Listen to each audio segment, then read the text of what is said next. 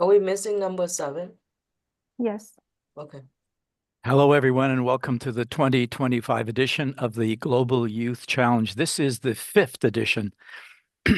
My name is Philip Desjardins. I'm a teacher and actually a former television producer and director who got involved in 1986 making a documentary series about artificial intelligence. So it's been something on my mind, and to watch the progress that AI has made over that period of time is just outstanding. And I think we're going to hear some outstanding presentations today from our 13 junior finalists. The topic is artificial intelligence and sustainability. Now, we know already that AI is playing a significant role in optimizing many human endeavors and activities. And it's enabling and improving so many sectors in our lives, environmental, social, and economic.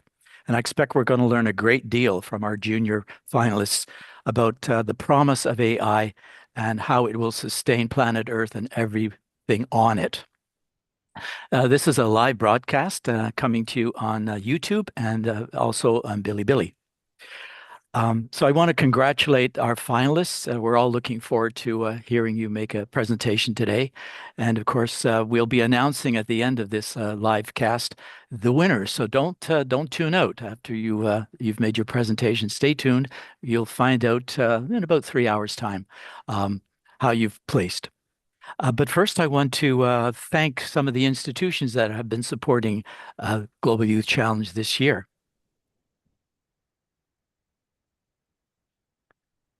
So we're going to bring up the University of Waterloo, Brock University. These universities, of course, are in Ontario. University of Toronto, Toronto Western University, beautiful campus. Toronto Metropolitan University.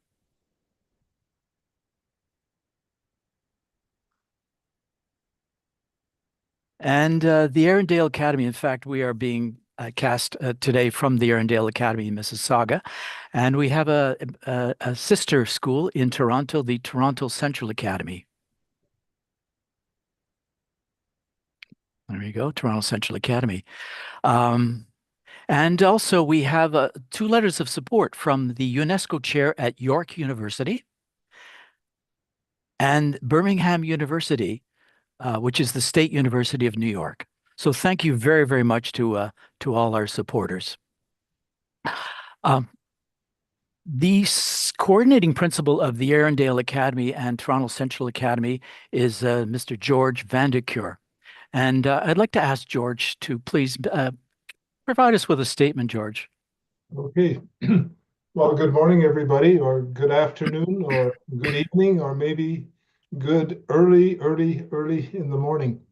So this is our 5th Youth Global Challenge, but the first time we've done a separate junior one. So I'm looking very much forward to seeing what our junior contestants have to say. We began in 2020 as a chance for young people to use this platform to express their views, opinions, and ideas on important issues that affect their lives now and will affect their lives in the future. You know, years ago, this might have been about the printing press, and then maybe about the radio or about computers. But we've, in the past 5 years, have tackled COVID, world peace, climate change, already artificial intelligence. But today, again, we're going to look at artificial intelligence in a slightly different way, in a way that how can artificial intelligence help us sustain the world? In other words, keep the world running as a place that is a good place for us to live. So I've had a chance to look at some of the videos, and boy, they are of a very, very good quality. So I know everybody will be surprised at the excellence of the communication skills and the compelling arguments that our contestants make. And so I'm looking very much forward to this. And again, welcome everybody to the 5th Global Youth Challenge. Thank you very much. Thank you very much, George, for your comments. Now I want to introduce our esteemed panel of judges. We have 6, and I want to thank them in advance for the time that they've invested in assessing the finalists. And so our first judge is Kelly Schultz, Senior Development Officer at Waterloo, University of Waterloo. Next, we have Professor Howard Lynn, the Toronto Metropolitan University, who's returning. Nice to see you again, Doctor. And next we have Dr. Phil Laird, love your name, the Vice President of Innovation Management at GYC University. I may have this earlier, Phil, and I didn't realize you were in British Columbia, not Ontario. And then next judge is Professor Todd Green, Professor at Brock University. And next we have Newly DeBuisy, who's here in the room with me. Nice to see you, from the University of Toronto.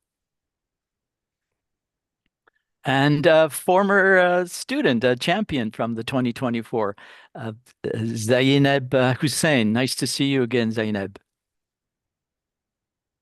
So our judges will be listening attentively to each of the presentations. And I just want to remind everyone again, we'd like you to keep your presentations to within 3 to 4 minutes, because we've got so many to go through. And then each one of you will be asked a question from 2 judges. If you unclear about the question, just please ask them to repeat it. But we'd like you to try and answer those questions within about a 2-minute time frame.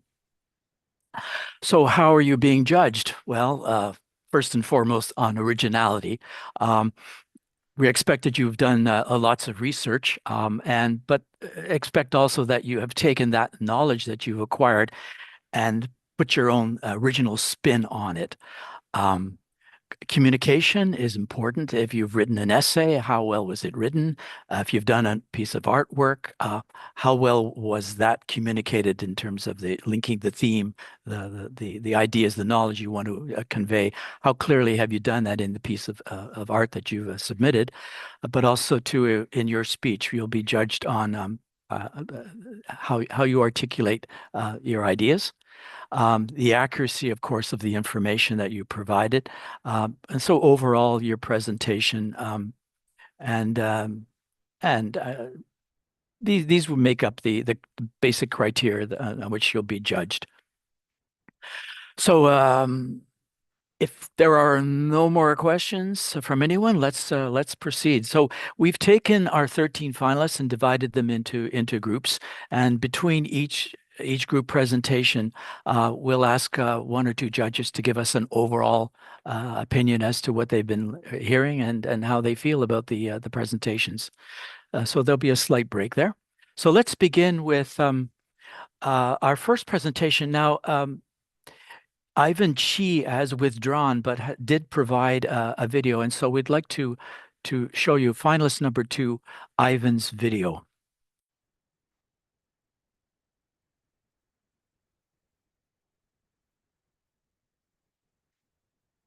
Just getting that lined up.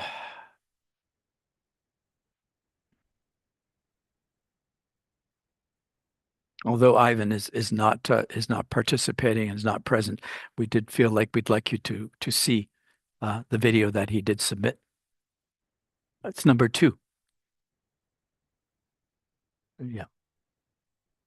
Just waiting here for clarification. I was told that his video would be played as the opening before we proceed to the live presentations. If we don't have that video, maybe we'll just proceed.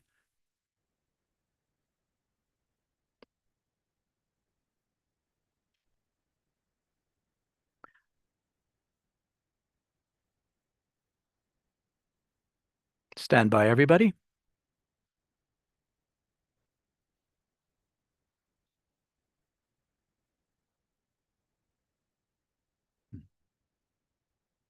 I think maybe I'm not getting any feedback. Amara, stand by. I may just come to you.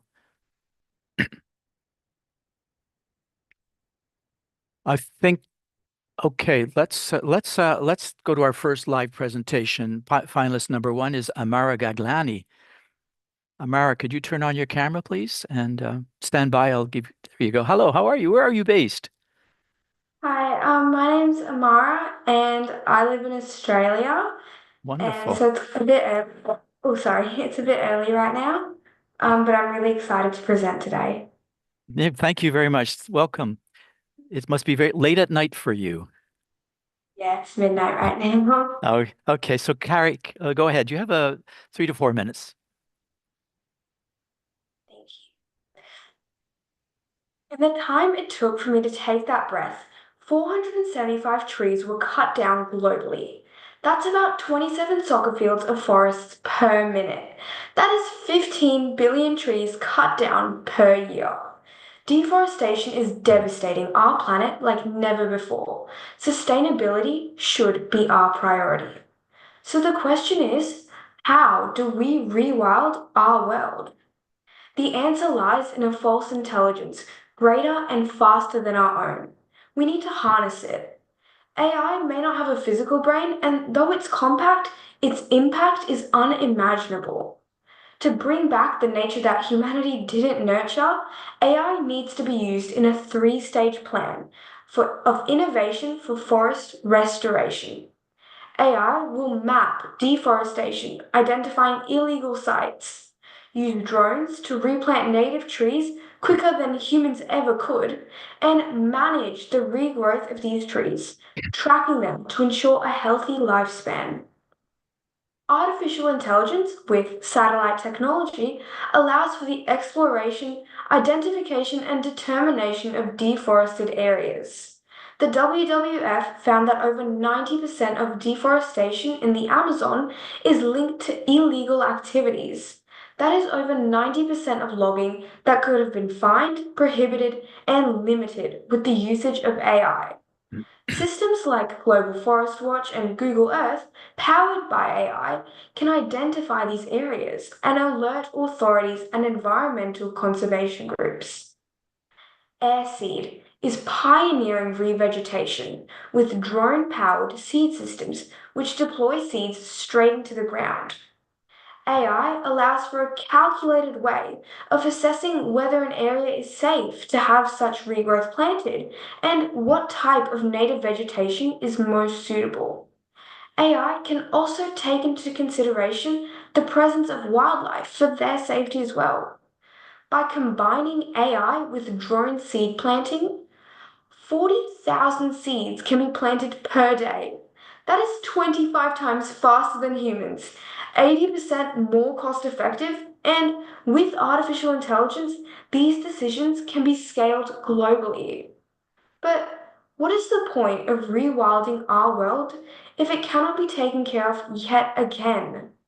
AI allows for the monitoring of vegetation and tracking of potentially catastrophic epidemic breakouts amongst trees. Just as the technology can identify cows with MUID and CamCow, it can do the same with vegetation. In Canada alone, AI has reduced spruce budworm outbreaks by 25% just by predicting and analyzing hotspots. AI is flawed in that it has the tendency for error and is not yet at the stage of self management. However, AI can be supervised by localized teams of indigenous groups who are connected to the land and aware of the native vegetation practices, thus allowing them to further their connections whilst conserving the planet. This allows for communities to share their knowledge of the local environment whilst actively overseeing AI reforestation efforts. If a nation or country does not have an indigenous group able to oversee such efforts, teams of park rangers and forest managers can take on this role of overseeing AI reforestation to cope with the potential possibility of errors occurring. AI is the solution to deforestation, with identification, planting, and managing the future of our planet's forests. So the question is no longer how, but will we rewild our world with AI? Thank you. Thank you very much, Amara. I'm glad that you kicked off the presentation today discussing the environment because that's such an important issue we're all concerned about the planet's climate change and everything else that's happening. So we have a question coming at you from the University of Toronto. It's Kelly Schultz. Kelly, would you ask Amara a question, please? Great job, Amara. That was well done, and I appreciate the detail you went into about your topic. I do have a question though. What made you interested in deforestation? What was there something in your life that made you want to dig deeper into this space? Think because I care a lot about climate change in particular.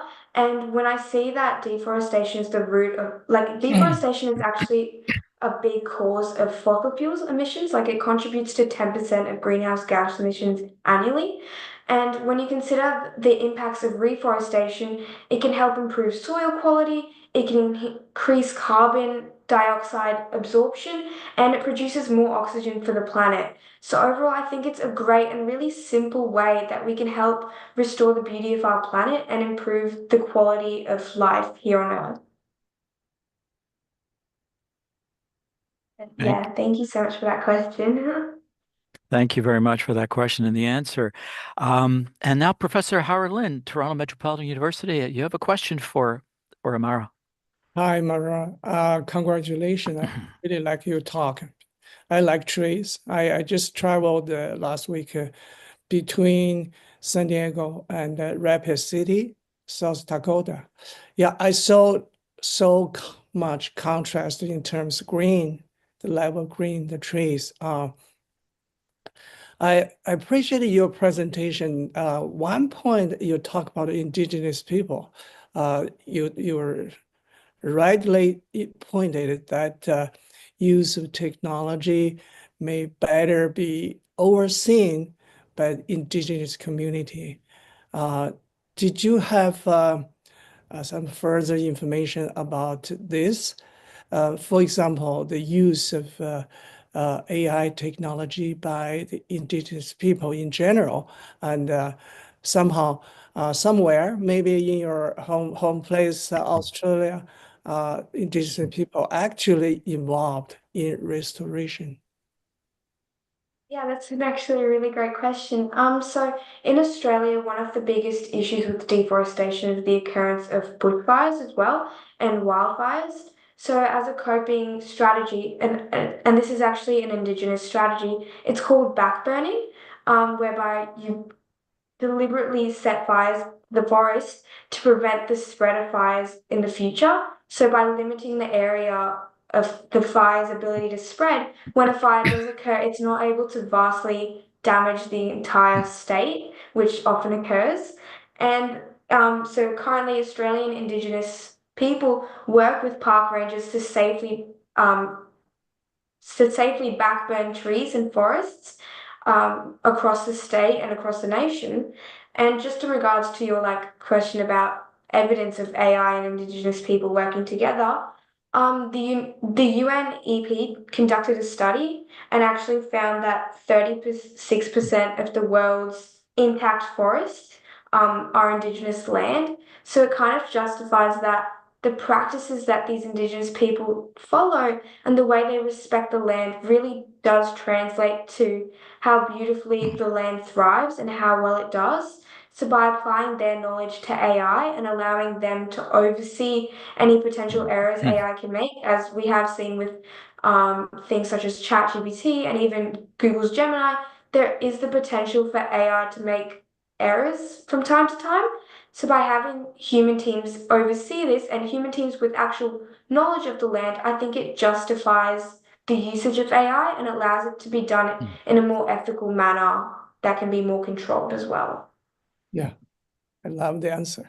Thank you. Thank you very much. Good question. And Amara, here in Canada, we involve our Indigenous people, elders, as well in those kinds of environmental issues. So our next finalist is Alexandra Mirzoyan. Alexandra, Mirzoyan, thank you. Where are you based, Alexandra?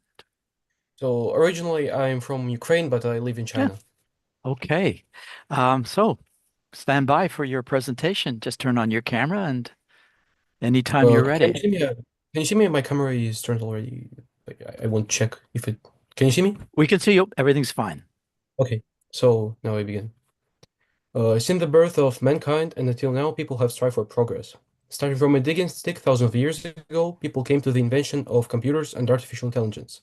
AI itself is an invention of very recent times, but at the same time, it's a tremendous and one of the greatest inventions created by people. According to the statistics, the use of AI in different industries is growing every year.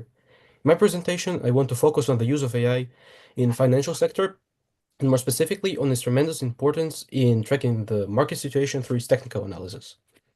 My proposal is to create an AI program that will primarily be engaged in technical analysis of the market situation and analysis of securities and shares of each company separately for a certain period of time, where technical analysis will be a set of tools for predicting likely price changes based on the pattern of price changes in the past. Any investor will say that when analyzing the situation in the market, you need to use such analysis. After the analysis, I will detect some pattern, and based on it, will make a graph showing the behavior of each company separately uh, for a certain period of time. For companies, banks, brokers, and people involved in the investments, this innovation will be very useful and convenient due to the fact that it will be no longer necessary to conduct technical analysis. However, persons should still be involved in the process by conducting fundamental analysis because it's very unlikely that uh, artificial intelligence is capable of such analysis. To improve this innovation, I find it necessary to insert early warning systems from AI. Uh, if the program detects through technical analysis that stock and securities curve are behaving irregularly, then AI will send a notification that irregularity has been detected.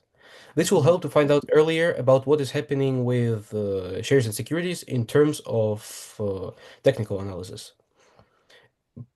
Person, company, or bank that receives such notification will conduct fundamental analysis and compare it with technical analysis that was done by the artificial intelligence, after which certain conclusions will be made about how to proceed with shares and securities. Such innovation will help to prevent fraud and will help to prevent fraud on the stock exchange through the suspicious price speculation. If the program is implemented at the state level, it will help people to get rid of scammers, which in turn will attract more investors and will let them be confident in purchasing shares and securities because they will be actually protected from losing big amount of money. Based on the general situation, I came to the conclusion that such innovation will not only be very useful and sustainable, but it can also serve as an impetus for the development of AI in financial sector. Thank you. Thank you very much. So we've gone from force to finance. I'm going to ask Anuli Debussy from the University of Toronto to ask the first question. Thank you very much. That was an interesting topic. And my question is really around motivation. What led you to embark on this study? Yeah. So I'm very interested in finance and politics for a long time. It's more than my hobby, and finance and AI can coexist. AI, as I mentioned, can serve as an impetus for development of artificial intelligence. So yeah, that is what inspired me and how I made my presentation. Thank you for the question. Thank you. And thank you for the answer. Brock University's Professor Todd Green has the next question for you. Thanks so much for your presentation. I did finance in my undergrad something like 25 years ago, so really, really long time ago. Anyways, so I was like you, I was really interested in investing. I have a quick question. Do you think there will be objections to this innovation from bankers or investors? And if you do think there could be objections, how would you try to overcome them? So I don't really know what bankers and investors will think about my innovation, but I think that if they will find out about it, if they will think that this actually can work and will help people to prevent fraud and to replace the brain with AI in at this aspect, I mean technical analysis, then if they agree, they can use such innovation. Great. Yeah, thank you so much. Yeah, thank you for the question. Thank you. And thank you for keeping your answers so short. Um, thank you very much. So we're going to move on to our next finalist, Tai Nguyen. Tai Nguyen, would you please turn on your camera? Hello. Oh, hi. My Hi. first name is actually Oh, Ha. ha, thank you so much. And you're in Vietnam, is that correct? Yes, I'm in Okay. Vietnam right now. It's 8 o'clock. Okay. So go ahead. Let's hear your presentation. Uh, okay. So, good morning, good afternoon, good evening, everyone, wherever you're from right now. But just stay with me for a moment. Today, I would like to take you all on a journey that may lead to a more sustainable future, but not just through the lens of our traditional methods, but through the new, innovative, transformative power of artificial intelligence, also known as AI. When we first think of sustainability, we would often envision eco-friendly practices, recycling programs. But what if I told you that the real revolution may lie within the algorithms and the data that power artificial intelligence? Just consider this for a moment. What if we live in a world where AI isn't simply our tool anymore, but it's a partner in our quest for sustainability? Just imagine the smart cities where AI can manage everything from traffic flow to energy consumption, creating perfect systems that can adapt to our real-time needs. In fact, there are already existing smart cities like Barcelona or Singapore. Barcelona allows AI to manage its street lighting by adjusting the amount of energy consumption depending on the variables, like pedestrian flow to conserve energy without having to compromise safety. This could be a glimpse into our future where it's not simply about efficiency anymore, but also about resilience. Let's delve deeper. AI has the ability to analyze vast amounts of environmental data, spotting trends, anomalies that the human eye may miss. Just imagine a world where AI can predict natural disasters, allowing communities to prepare well in advance. This is our future, where data-driven insights can empower us to act before crises occur. Furthermore, AI could have a role in agriculture. Precision farming is something powered by artificial intelligence that optimizes water use, reduces pesticide application, and enhances crop yields, all while minimizing the environmental impact on us. By analyzing soil health, moisture, weather patterns, AI can help farmers make much more informed decisions, ensuring food security for our growing population currently. But there's another layer to consider, which is the community engagement of it all. AI can facilitate a dialogue between citizens and policymakers, using data to reflect community needs and environmental impacts on everything.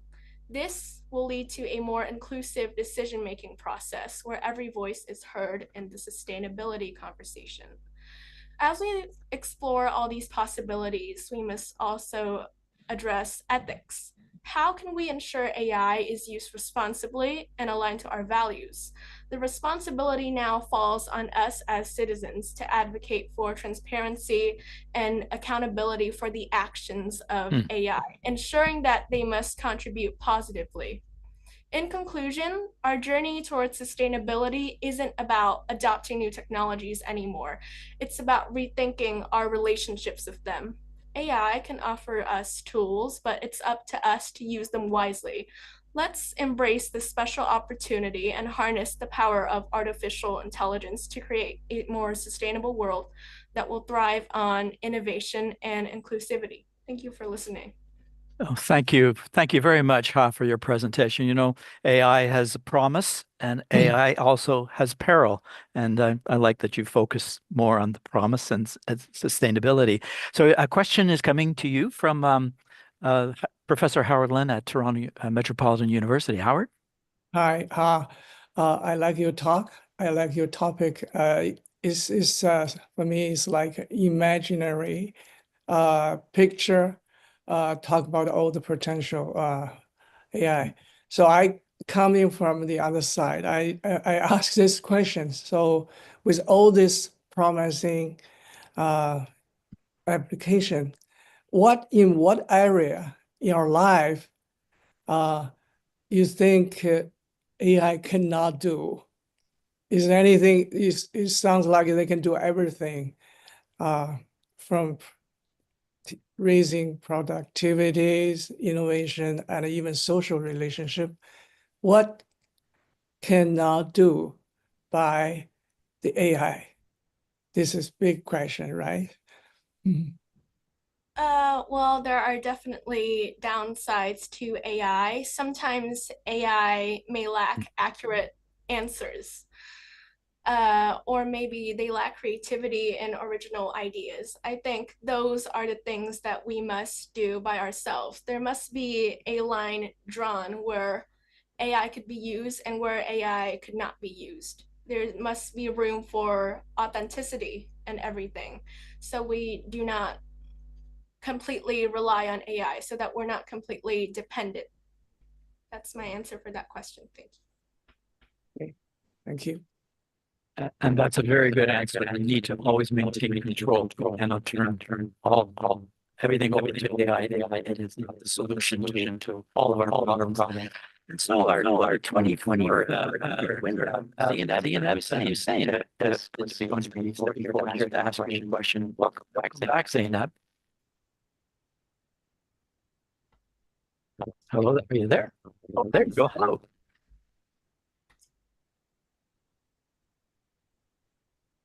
So the question comes from you. I think you might be muted. Always forget that. I have a separate mute for my microphone. Good morning, huh? And yeah, you said you're in Vietnam, so it's a bit early morning for you, a bit earlier. I really liked your topic and how you're trying to encourage everyone that, AI is this readily tool that's available for us and that we should embrace it to improve our lives.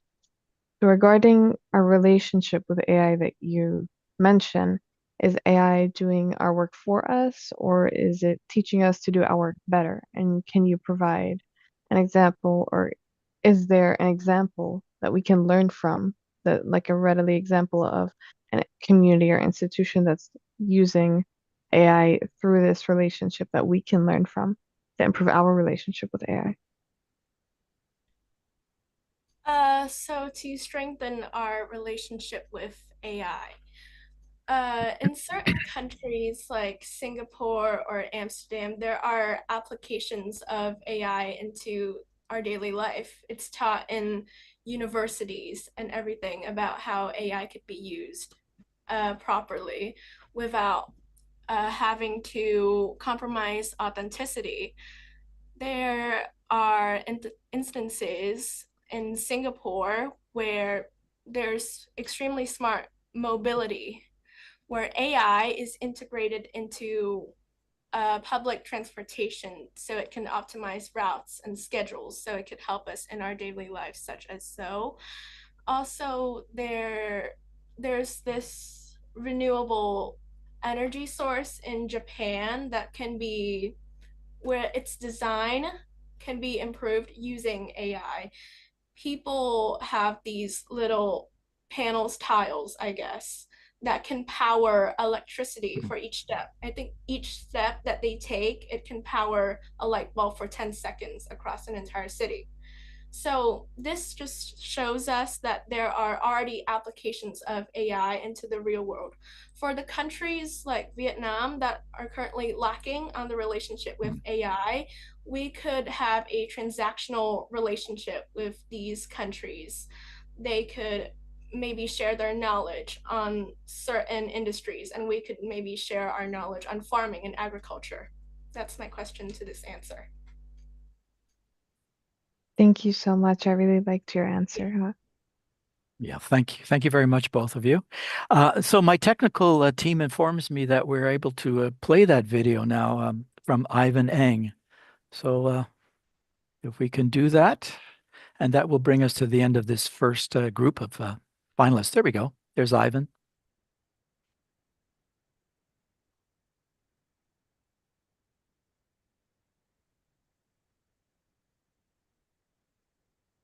saw Ivan. Can we hear his video?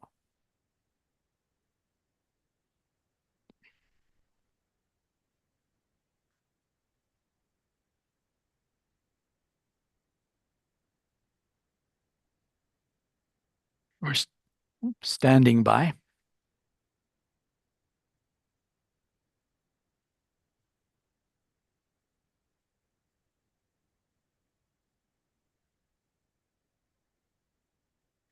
We need some help from AI.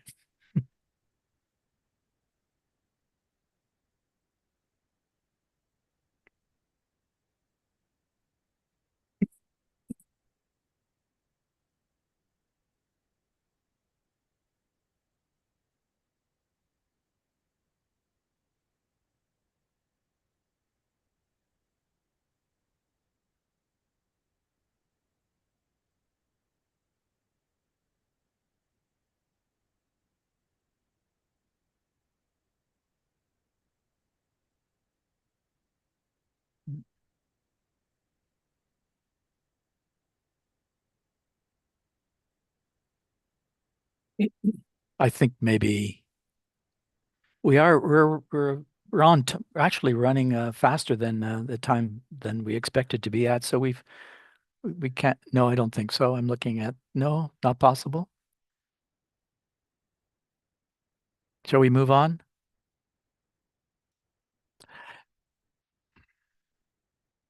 I'm going to be asking Professor Todd Green and Professor Howard Lin for some comments as to any thoughts they have so far. Why don't we do that? Let's go to Professor Green at Brock University.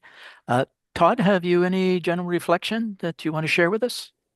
I think it's incredible that they have this much knowledge and understanding of the topics that they're interested in. And if I had to think back to what I was thinking about at their age, it was probably not global challenges and how to make the world a better place necessarily. I think it was sort of like the reduce, reuse, recycle was sort of as far as our discussion, and it wasn't even really formal education. So yeah, I'm blown away by the depth of their understandings of the topics and their interest, and then also being awake at different hours globally is not an easy thing.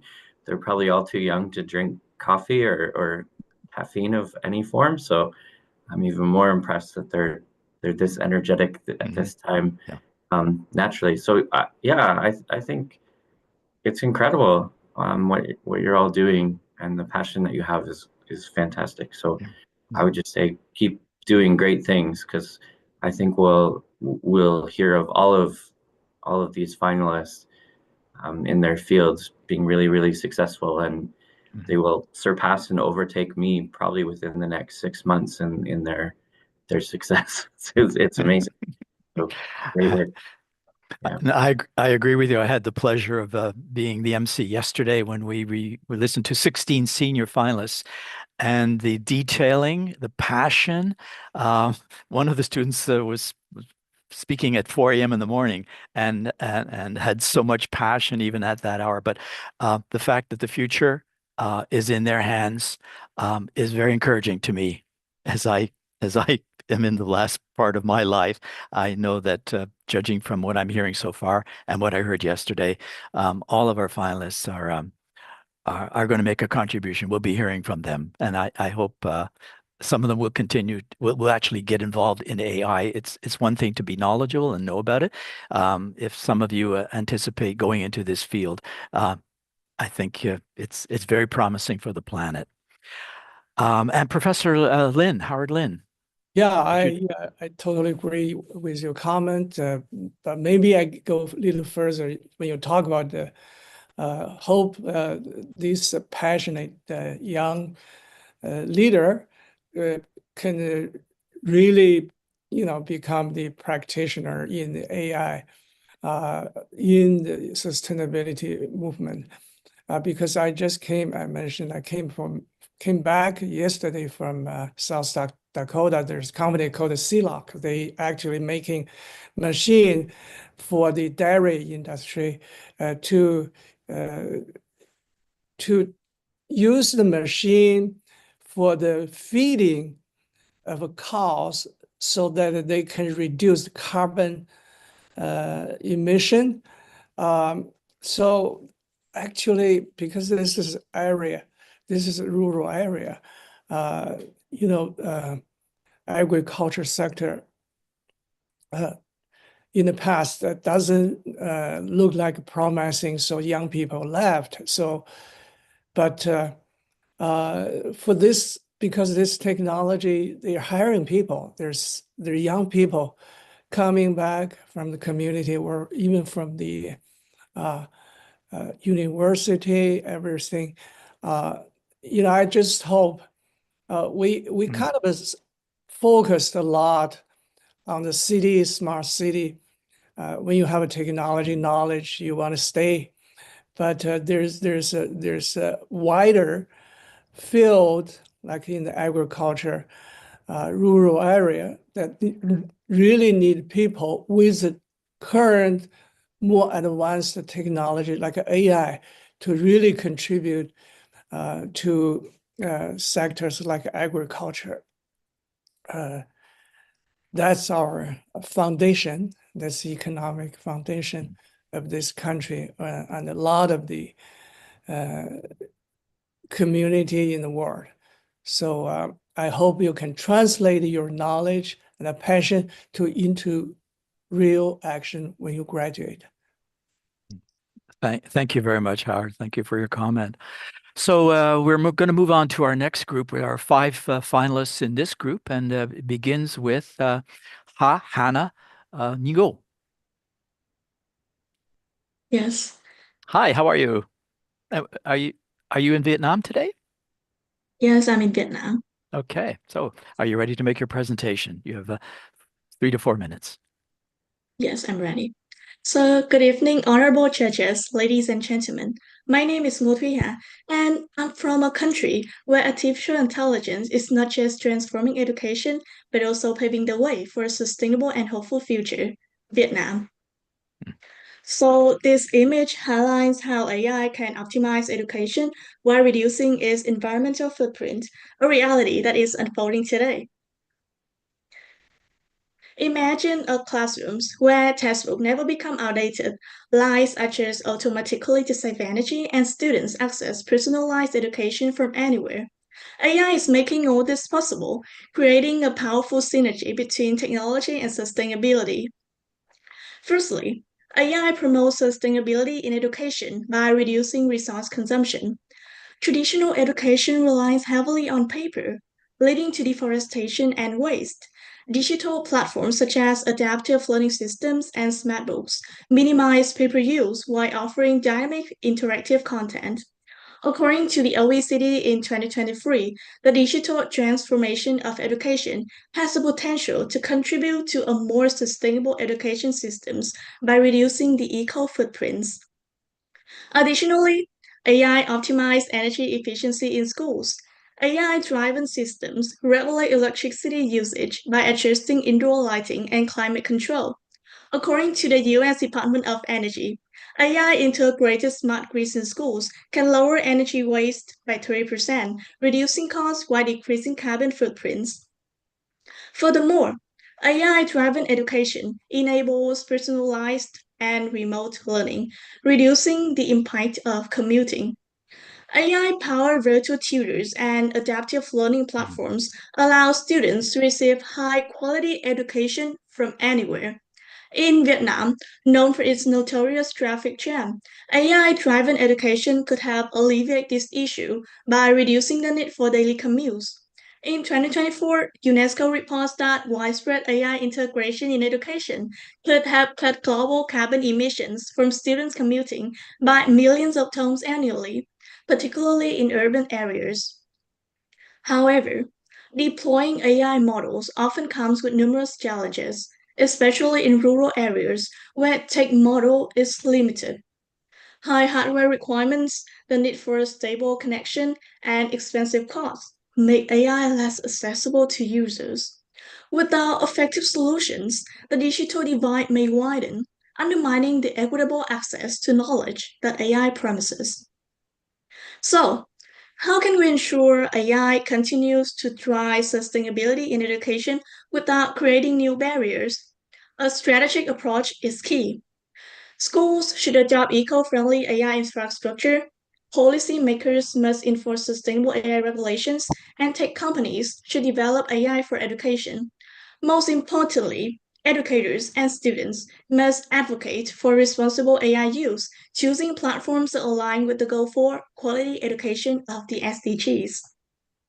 In conclusion, AI is not just enhancing education, it is reshaping it into a more sustainable system. By embracing AI responsibly, we can create a future where technology and education, or as we now call it EdTech, go hand in hand, ensuring that learning remains innovative, accessible, and sustainable. Thank you for your attention. Thank you. Thank you, Hannah. Would you just do me a favor? Would you hold up the artwork that you showed us, but don't move it. Just hold it up steady if you can because of yeah, just don't hold it steady. Okay, I see a tree with a door. Okay, because when you moved it around, we lost through the green screen effect. Very nice, very nice. So we have a question coming from Professor Phil Laird at Trinity Western University in British Columbia. Hi, Hannah. Great job on your presentation. I'm actually in Phoenix right now.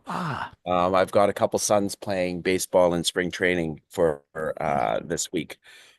The question for you, so you've talked about the use of AI in education, and as an educator, I see how much the world of education is changing. One of the questions we have, though, is around other aspects of learning, like social development and identity formation, rather than just the learning. Can you think about how AI might help promote social development and identity formation among young people, which is seen as a more social activity as opposed to just the use and the acquisition of knowledge?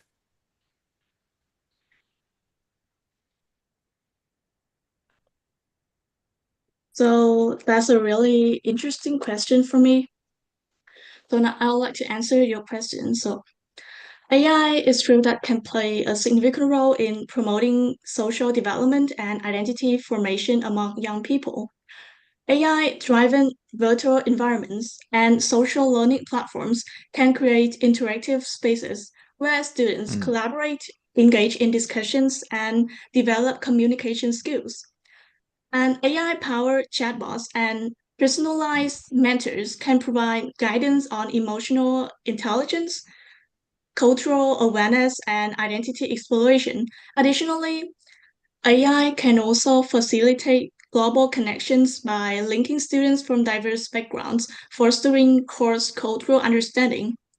However, human interaction remains still essential, and therefore AI should be designed to complement and rather than replace real-world social experiences. So that's my answer. Thank you for your question. Thank you for an excellent answer. Thank you, both of you. Brock University, Professor Todd Green, have you got a question prepared for Hannah?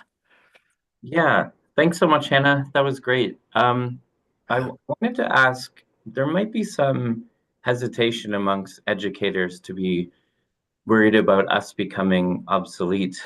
So, if maybe it's unfounded fear of me not having a job as a professor in a few years if AI tools sort of take over. So, how do you convince educators to say yes to more AI tools with balancing we'd rather learn from robots than humans, I suppose?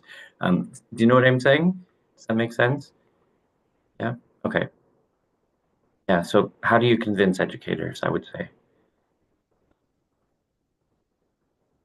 So that's an awesome question I've ever received. So,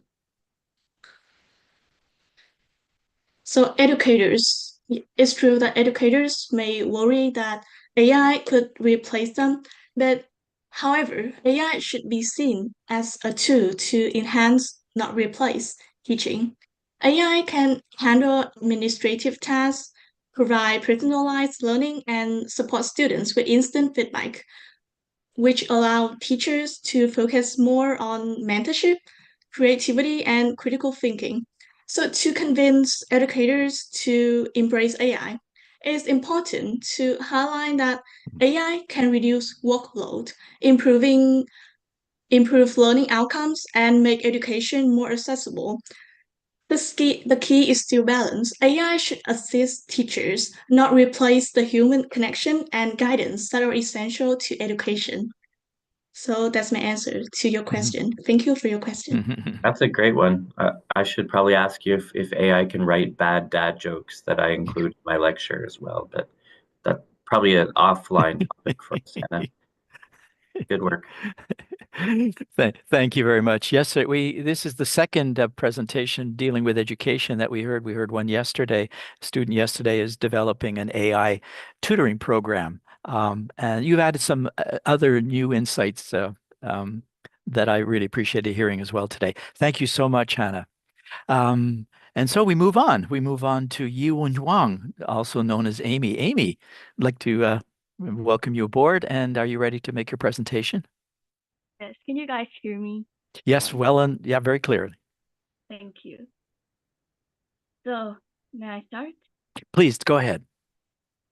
Good morning, good afternoon, and good evening, honorable judges and fellow contestants. Before I start my presentation, I want each one of you to imagine this scenery. You with pepper and salt hair, a wrinkled face, and a child holding your hand. As you guide your grandchildren to this society, citizens smile at you with wide smile. Lovely. Suddenly, the scenery shifts. Due to human errors and biased results, our society is collapsing. The imaginary scene you just dreamed of is fading away and into the black hole, never coming back. Do we really want that to happen? We live in a world where there are two crises: climate change and the development of technology, which is also known as artificial intelligence.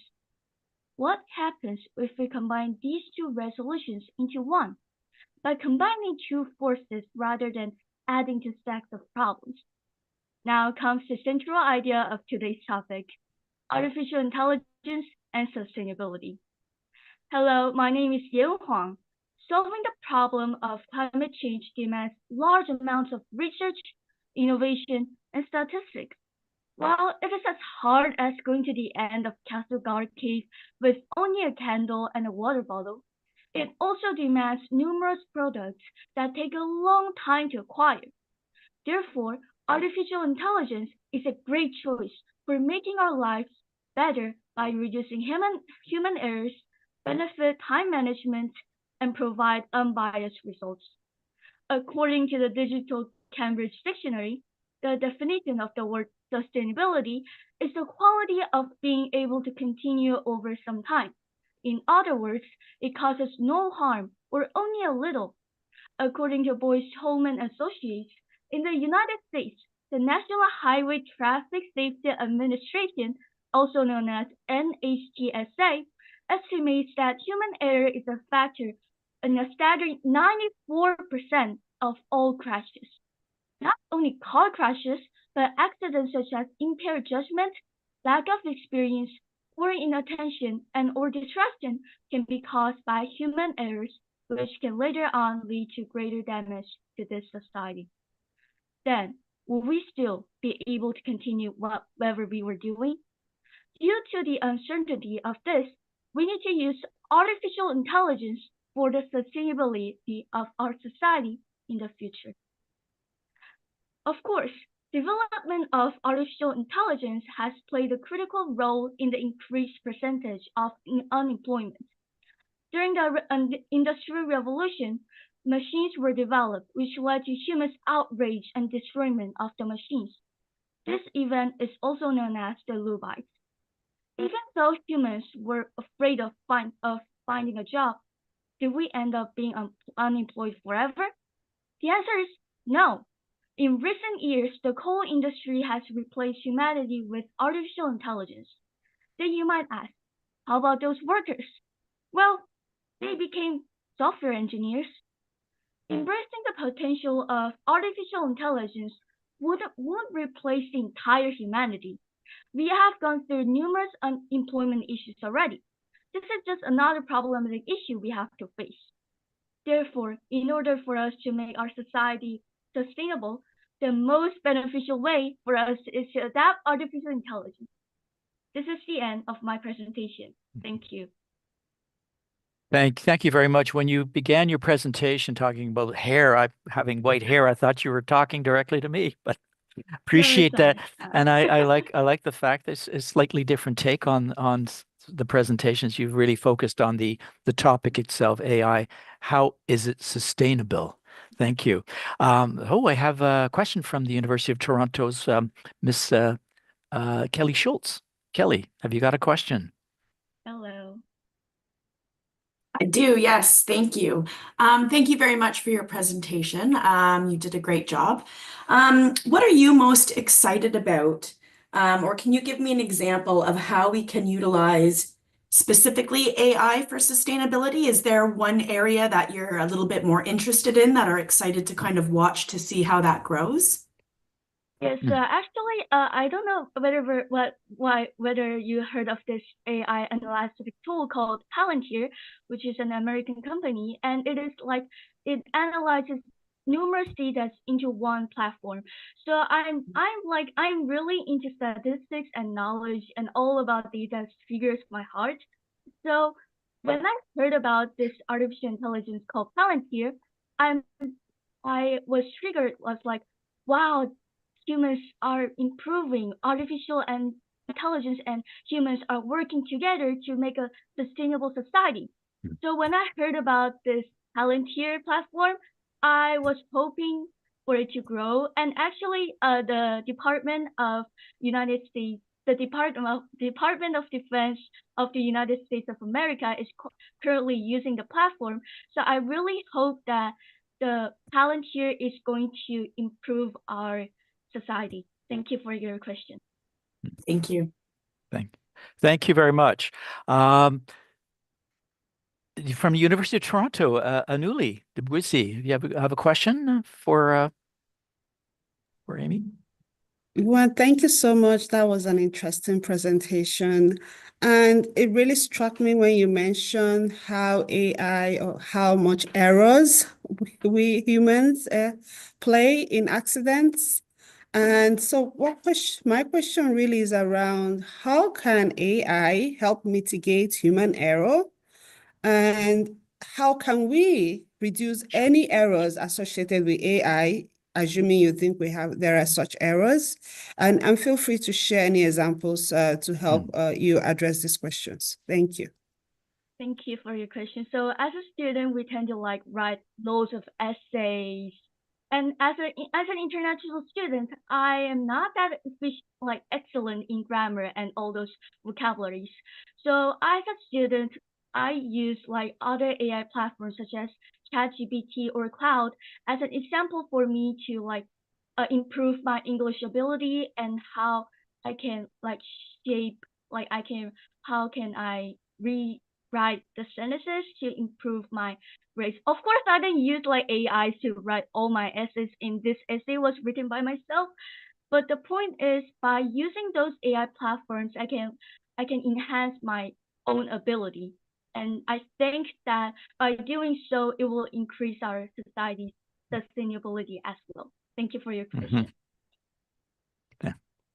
And thank you both. And as an English teacher myself, you wrote that essay. It's an excellent essay if you wrote it entirely by yourself.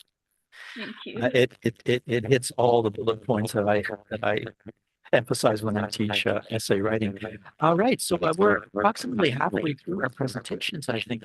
So finalist number 7 is Mariam Sharour. Mariam, hello, where are you based? I can you Mariam? Yeah, no problem. Pressure. Hello there. I'm having a bit of trouble with my connection. May I have around a couple minutes to rejoin on a different device? Sure. Okay. So Mariam will log off and rejoin, which means that we'll move on to Hara. Oh, hang on a second, Hara. we might be able to play that video why don't we do that? So while Mariam logs back in, let's play the video that we've been postponing several times now, and Hurrah will come to you. We'll come to you later on. Okay.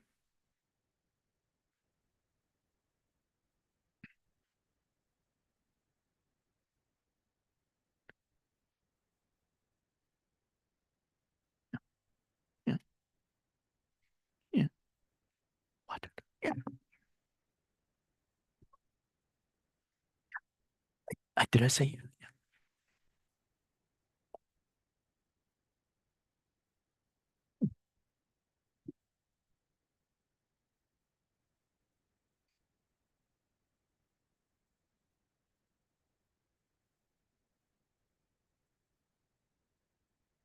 So again, this is the. Hi, my name is Today I'm going to talk about artificial intelligence and sustainability. First, let me introduce about AI. AI has rapidly developed in recent years and has become a hot topic of discussion. Some believe that AI can bring us convenience, while others worry that AI might replace humans in the future.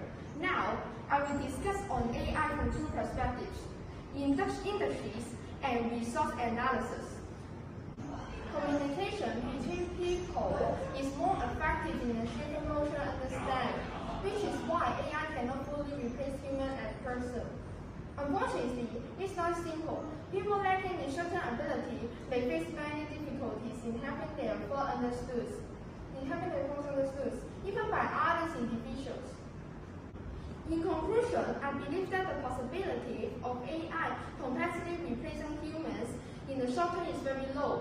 As I mentioned earlier, although AI cannot fully replace future human jobs in industry like finance, it can still be flexibly applied in some of the fields such as healthcare.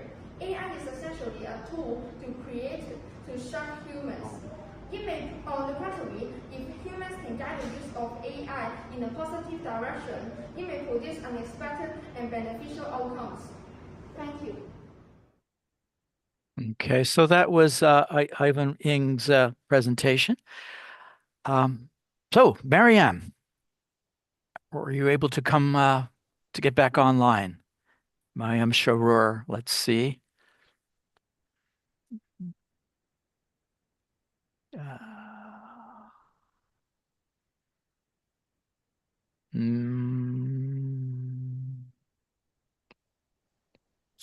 My Waiting for apologies. I'm having problems with my internet. still. I request just 2 minutes. All right, then we will move on to Hurrah soon. Hurrah. Not too much pressure, I hope. Okay, there you go. Hurrah, where are you based? I'm here in Canada, in Ontario. Okay. Are you ready to make a presentation? Yes. Okay, thank you very much for this. Hello. Good morning, good afternoon, good evening, wherever you are, esteemed judges and participants. I'd like to start off by thanking the Global Youth Challenge for giving me this incredible opportunity to participate in this year's challenge and share my ideas. I would also like to thank the meetings that the GYC organization hosted for us to collaborate and share ideas, and for everybody who encouraged me to keep on going. Now, let me ask you a question. Have you ever seen or heard of a world that was free from famine? Ladies and gentlemen, we have officially reached a time for every single person that goes to bed with a full stomach, 10 people go to sleep with an empty one. I believe that AI and sustainable food and agricultural practices can just solve that. My name is Howard Hassoun, and I'm in 7th grade at Hubeit Islamic School. I joined the GYC to represent my generation on the pending issues at hand and the importance of AI and sustainability. The topic that I chose was AI and sustainability, environmental, societal, specifically AI and managing food waste. I chose this topic because world hunger is one of the biggest issues that the world faces today and has been since the 1970s due to a combination of factors such as population growth, climate change, food waste, and resource depletion. Just like Sir David Attenborough, a British broadcaster and natural historian, he said, "Too many people for too little land." By utilizing AI via predictive analytics and precision agriculture to enable more sustainable and climate resilient solutions, we can solve world hunger. For instance, approximately 2.5 billion tons worth of food are wasted globally in a single year. By using AI's predictive analytics to monitor the condition and temperature of perishable goods, we can help reduce the amount of food spoilage during shipment. This can also help redirect surplus food to charities. An organization called IBM Food Trust uses predictive analytics to redirect excess food through blockchain technology, which is simply a digital ledger that stores records across a network of computers in a way that is immutable and resistant to tampering. They were able to help organizations like Carrefour and Dole Food Company redirect their surplus food left overnight or soon-to-be expired goods to charities and food banks. Now, utilizing precision agriculture can help alter agriculture through monitoring soil level, which is the amount of specific nutrients within a soil sample, which is then used to assess the soil's suitability for crop growth and guide the fertilization process, as well as crop growth through satellite and sensor data. This technique can be used for climate-resilient plants to forecast weather and climate patterns, aiding to protect plants from harm and damage. By doing so, it can mitigate food waste in agriculture and promote soil health and agricultural sustainability, ultimately supporting most sustainable farming practices. Blue River Technology is an organization that uses analytic AI to provide climate-resilient agriculture. They help reduce herbicide use and promote sustainability in areas like Asia and Africa. They helped engage over 197 million acres worth of sustainability, and were able to reduce 357 metric tons of carbon dioxide equivalents worth of greenhouse gases.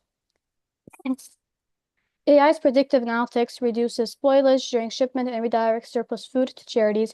IBM Food Trust uses AI precision agriculture and improves agricultural sustainability by monitoring soil levels, reducing herbicide use, and greenhouse gas emissions. These technologies can help mitigate food waste, promote soil health, and support sustainable farming practices while addressing the sensitivities regarding the topic of famine due to overpopulation. Sir David Attenborough said, and the last sensitivity and the most tricky of all is the fact when you know they're talking about world population, the areas we're talking about are Asia and Africa, you know. This indicates that the areas in dire need of help are already being aided and supported by AI-empowered organizations. Overall, by utilizing AI via predictive analytics and precision agriculture to resolve food distribution and enhance sustainability in agriculture, we can face world hunger head-on. Don't forget that just by doing a small action today, it can greatly impact someone's tomorrow. And always remember, think global, act within. Thank you. Well, thank you so much, Hara, for pointing out this topic. It's universal, and meeting the challenge of hunger and food shortage is not just an issue of third world countries. It's first world country issues as well. Thank you so much for that. And I'm expecting you're going to get a question now from Kelly Schultz. Kelly, I misspoke a little earlier. You are with Waterloo University, not the other university, from Waterloo University. Thank you. Thank you. Thank you. Great presentation. I think that you picked a topic that is very relevant and affects so many people on our planet. So thank you very much for choosing that. 2.5 billion tons of waste is a lot of waste in a year for food. I think for this to really come into play and to be effective, we need a lot of buy-in from corporations and large grocery chains and things like that. How do you suspect they will react to this, and how do we engage them into this AI and food security? Thank you for that interesting question. So what you're saying is that how we can like persuade organizations to help enhance like food sustainability across the world? It's okay. So there's this like organizations like IBM Food Trust, like they already support areas like Asia and Africa to help mitigate their food waste and distribution so it can be evenly spread out across the continent and across the world, therefore allowing food to be distributed evenly across smaller communities, which can aid across larger communities to take action as well. Thank you. Okay. Thank you very much. And Zainab, welcome back. Zainab has a question for you. She's a former participant, a champion winner. Zainab, you have a question? Yes, I do. Okay. I just want to say that when you mentioned how for every one person that goes to sleep with a full stomach, 10 people go to sleep with an empty one, it kind of really puts us into perspective of how our lives are in contrast to the lives of that's like 90% of people. And I really like that you mentioned that. So in your essay, you mentioned how limited aid and political neglect can worsen the crisis of world hunger. And your proposed solutions included companies and organizations that are using AI to tackle this issue.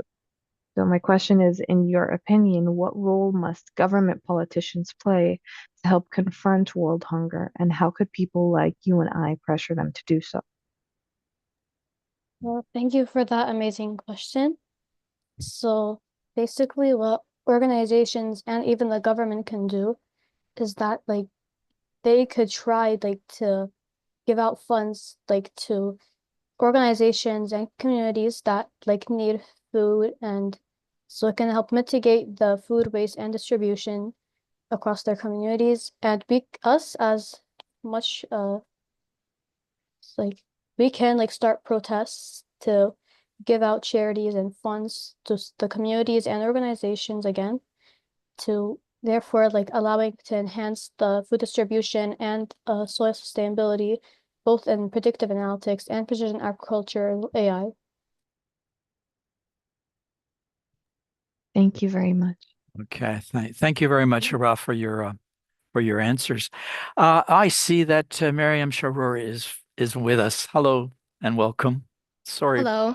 about all the problem you were having technically. It's no So problem. Miriam, okay, Miriam, so we can hear you well. See you. Thank you very much. And the floor is yours. Hello, everyone. I hope you're all enjoying your day. To start, I'd like to first thank the GYC and its wonderful esteemed judges. A big thanks also goes to my family and friends who encouraged me in persevering to the end. Let's start. Healthcare is often defined as medical care for individuals, but let's look at it from a broader societal view.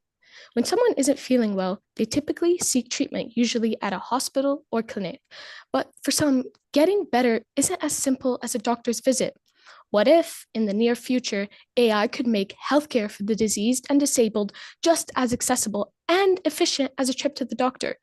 AI could provide sustainable solutions, improving lives and making healthcare better for everyone. Allow me to introduce myself. I'm Mariam Shahrur, an 8th grader from Ahl al-Bayt Islamic School in Ottawa, Ontario, Canada. I joined the GYC due to my passion for writing. As I researched the positive implications of AI for the diseased and disabled, I realized how valuable AI could be for improving their lives. According to the World Health Organization, about 1 billion disabled individuals lack access to the assistive technology they need, while in the US alone, medical diagnostic errors affect 12 million people annually. Have you ever felt left out from being sick or maybe struggled with losing your train of thought? Diseased and disabled individuals face these challenges daily. While they can certainly live happy lives, they often encounter obstacles like lack of recognition, accessibility, and convenience. In my essay, I focused on 2 AI tools that help these groups, VoiceIt and Deep Glioma, and their functions, capabilities, and improvements. According to the Mayo Clinic, 5 to 10% of individuals in the US alone have some sort of speech or communication impediment. VoiceIt works by analyzing the user's unique speech patterns through at least 50 voice clips, though more is recommended for better recognition. Once the AI learns the speech patterns, the user can choose from 3 options: speak, speech to speech in a computerized voice, dictate, speech to text, and integrations, personalized closed captioning for WebEx, Microsoft Teams, and soon Zoom. VoiceIt empowers individuals with speech impairments to communicate and be understood, offering a life-changing solution. According to the National Brain Tumor Society, about 10,000 individuals in the United States alone pass away from glioblastoma, a grade 4 glioma, every year. Deep Glioma is a new AI with research evidence that it can identify gliomas, a brain tumor subtype, in less than 2 minutes, and with a 93% accuracy. This is a magnificent step in the medical field because it enables doctors to identify tumors earlier, and this leads to faster treatment and better outcomes for patients. By detecting these tumors earlier, it gives individuals a much better chance to fight diseases and live healthier, longer lives. All in all, if used properly, AI can be a powerful tool in aiding humanity, especially for the disabled and diseased. Oren Etzioni, former technical director of the Allen Institute for Artificial Intelligence, has said, AI is neither good nor evil. It's a tool. It's a technology for us to use. We could see this quote embodied in Voice It in Deep Kalima. Neither offer impending doom nor a perfect utopia. They are tools to create a better life. To my generation, don't think we can't make a difference in AI. We are shaping its future. Start by signing up for free AI courses from Create and Learn or AI workshops from AI for Education. And to the wiser generation, it's never too late to help. Spread the word about AI and subscribe to AI healthcare newsletters like Just Point and Nebius. As Sophocles has said, without labor, nothing prospers. Thank you. You are a great advocate for AI. I want to go sign up right away. I just want to say, back in the mid 80s when I was doing research in into AI, one of the first thoughts that the early AI investigators thought to look at was healthcare, and could an expert system be developed which had all the knowledge that cancer researchers had to diagnose and treat cancers. So they were trying to input all that knowledge into an AI system. Of course. And of course, we've gone so much further than that. I think that's a really important topic. So Professor Howard Lind, I think, has a question for you. Hi, Mariam. I like your presentation. So you're right. The healthcare problem is not individual. Is human. Is everybody's concern. You give a good statistic to start with. So it is reminding us this is a serious issue. But on the other hand, a lot of time people into a topic because they personal experience. You did say that this is issue that deeply intrigue you. Do you have can you share some the personal experience why you so passionate about this issue? I personally am very interested into the healthcare field because I actually have picked up a hobby, a passion about physiology, and really my passion for life is to be able to help individuals live. I think I live a pretty comfortable and convenient life, and I believe that everyone deserves a life worth living. I think that healthcare is it's one of the main industries in our world. So much profit is made by the healthcare industry, but profit and money isn't what I'm looking for when I'm researching about health. I'm really intrigued by individuals who are diseased and disabled. I want to grow up to be a person who learns about them, who researches about them, who's really passionate to make their life better. So I want them to be able to live a life where they don't have to worry about anything. I really believe that equality and comfortability and happiness in life is really important. And I believe that they really do struggle in life, and I want to give them the convenience and accessibility that they deserve. Yeah, in your essay, let me ask a second one. Your essay, you do ask the reader, do you know somebody have such healthcare problem? Do you know? I do actually. My aunt, she is disabled. She has a neurological condition where she is not able to move her limbs. It's sort of like, in simpler terms, your brain tells you, please wave, and it just doesn't happen. It was really a heartbreaking experience for me to be able not to see her to move.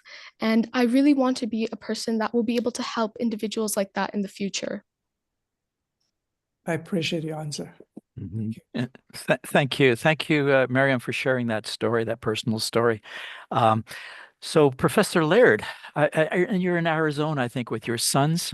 Hopefully the Yes. weather is nice and warm there. It's a little cool here in Ontario. So if you have a question for Mariam. Sure. Thank you, Mariam. That's a great presentation and a great topic. Something I'm very interested in, and I noted down the tools and the different things you got here for AI. A question I have, I believe we have two models when it comes to healthcare. One model is an illness model, which I think is what dominates North American healthcare, and the other is a wellness model. You're advocating what would be called a wellness model, which is helping people to become well. I believe there's big money right now in North America, especially, and other parts of the world for an illness model, which is people become ill, and then there's big pharma, there's doctors, and the industry makes a lot of money off people, not eating properly, not taking care of their bodies and becoming ill. How would you convince or work with it? How could AI be seen as a positive thing, for example, for something like big pharma, the pharmacological companies that are making a lot of money off creating drugs and pushing those drugs upon society as AI starts to come up with new solutions? What an intriguing question. So just to make sure, you mean that how can we implement an illness model in North America with positive implications? No, how would we implement a wellness model in North America? A wellness And model. how might big pharma, the big pharmacological companies, how could we get them on board with improving wellness rather than treating illness? Right. So the way I see it is that the big pharma companies right now they view AI or at society as a general, they view AI in the healthcare field. Oh, it's going to become a replacement for doctors. No more humans in the medical field. Don't trust your doctor. It's going to be replaced by a robot. Right now, this stance isn't really accurate, as right now I believe that AI is being presented rather as a tool for the pharmaceutical company. It shouldn't be a replacement.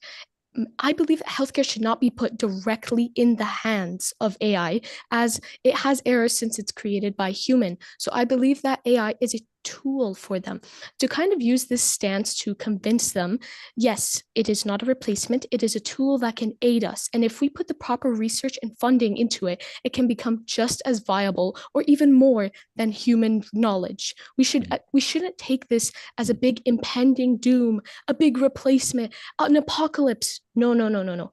It is a powerful, knowledgeable, and amazing tool for humans to propel into an educated future. This is the stance that we should take when we are trying to convince them to implement more AI models. Perhaps we should petition, sign up for protests, ask around, send a letter. They'll never do it until the community themselves ask for it. This is why we need to take initiative into implementing more wellness AI models into the healthcare industry. Thank you. Okay, thank you very much. And now we're going to move on to our the last student in this group, and it's Tiana He. Hi. Hello, Tiana. How are you today? How are you? Good. Are you based in Vietnam or I'm actually in Oakville, Canada. in Oakville? What school do you go to? Dr. David R. Williams. I'm in Okay. Okay. Thank you very much. So, anxious to hear your presentation. Thank you. Okay. Before I go further into my speech, I would just like to thank the judges and the GYC organization for allowing me to be here today. Greetings, everyone. My name is Tiana, and I'm here today to discuss a truly fascinating topic on the sustainability of AI. What will we humans do if AI takes over the majority of jobs that currently make up our economy? From web development to scientific research, AI is becoming capable of doing much more. Think about how our world has transformed since AI was first introduced. Consider Alexa, the famous digital assistant, and how far she has come in the 11 years since she made her debut. Alexa used to be a friendly voice who could do simple tasks, like set a timer for your workout. Now, she can use generative AI to carry on an actual conversation. In 2025, we will have a high amount of dependence on AI technologies. While some now fear a world where AI replaces us, I, however, will strongly argue that a future integrated with AI can actually be beneficial, enhancing how we live and spend our time. Of course, our first concern of a future with more powerful AI would be a situation where AI does not behave ethically. For example, chatbots have been known to lie when they don't know the answer to a health question. If AI were to malfunction or be misused, it could pose dangers and create threats like e-waste. Our future education systems will then, of course, have to teach students how to monitor and regulate AI ethically. As a bonus, new professional opportunities will be made for those who are skilled at providing AI oversight. Thankfully, unlike the movies, AI does not possess the consciousness to fully replace humans. Humanity's creativity and emotional intelligence will remain unique. AI is best at handling repetitive and mundane tasks such as housekeeping and customer service, freeing us time to work more on creative projects, innovation, and exploration. With more time, we can make boundary-pushing art, look more to scientific discoveries, and perhaps uncover new technologies. But for those who still want to work in this brave new world, rest assured that many jobs and tasks will still require human touch. AI lacks true decision-making abilities that involve ethical considerations, emotions, and personal experiences. Jobs in healthcare and caring professions that require human interaction will continue to need us, meaning we can continue to do those jobs. Last and foremost, in a world that exists apart from the 9 to 5 grind and domestic drudgery, humans will have more time for friends and family.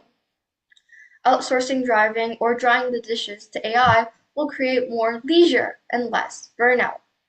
Today is the future's history. We've come so far being able to invent so many things people from hundreds of years ago may have thought would never be possible. This is the beauty of sustainable practice, because AI can relieve so many of humanity's burdens, but it won't replace us. Thank you all for your time. Thank you very much, Tiana, for focusing on the hope and the promise that AI offers us all. So we have a question for you, and it's coming from Anuli Dubuisi. Well, thank you so much. I really love the positivity of your message and how you've showcased areas where AI will not be able to replace human creativity and some of those spaces where human care is needed. My question is around fear, because you did mention that AI will free us and provide us with more time. So on one hand, man will be free. How do you address those who have concerns about fear of loss of jobs? So if they are free, what then do they do? How can they earn money and survive in society? So what do you think about that? So for those who fear a world where AI replaces their jobs, of course, having the AI replace their jobs, there will definitely be more jobs being introduced to us humans, because, for example, if AI were to malfunction, us humans would definitely have to make a job that requires monitoring and regulating AI ethically, so there will be no harm to the environment or us humans, us self. So people who don't have a job can actually earn money from doing that. So if they're not the best at providing like AI oversight, they can look more into jobs like that are more creative, which AI cannot do, expressing emotions like a therapist. Those are jobs that AI will never be able to replace. Thank you for that question. And thank you for that answer. Yeah, empathy is something that a machine can probably never achieve. We'll keep that for ourselves and compassion as well. Thank you very much, Tiana, for your comment. We have a question for you, though, from Brock University's Professor Todd Green. Hi, Tiana. Great work. I grew up in Oakville, so yay, Oakville. Good job. I wanted to just understand a little bit more. You mentioned if AI were to malfunction or be misused, that it could lead to e-waste. Can you just expand a little bit on that and give us some details on how you see that happening? So to those who don't know what e-waste is, it's like a waste from electronics. If people bought a lot of electronics, say, and they were to throw it out, it could sort of cause this e-waste. So if AI were to explode and there was something that malfunctioned in their system, causing it to explode, it could definitely cause this e-waste. So e-waste is definitely pretty bad for environment because it has toxins released in the air. So definitely that's a really big issue where humans would definitely have to look forward to fixing.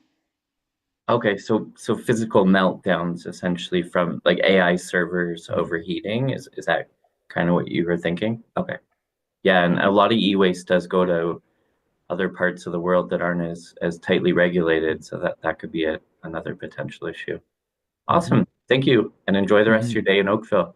Thank you. And thank you to everybody in that group. I'm going to ask Kelly Schultz. Kelly, have you any thoughts to share about what you've been hearing so far? Thank you. Yes, I want to echo what some of the other judges have said about just the caliber of students in this group.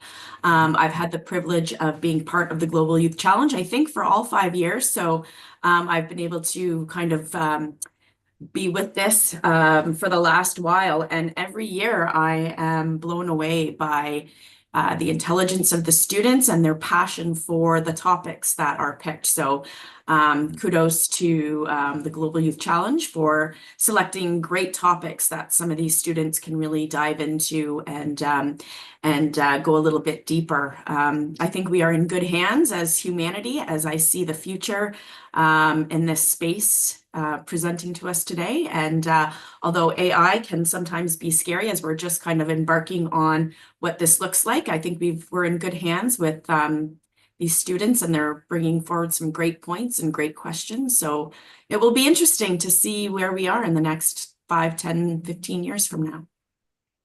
Thank you for that. And among these outstanding people you're referring to is Zainab Hussein. Zainab, here's your chance to give us some feedback on what you have been hearing and seeing so far.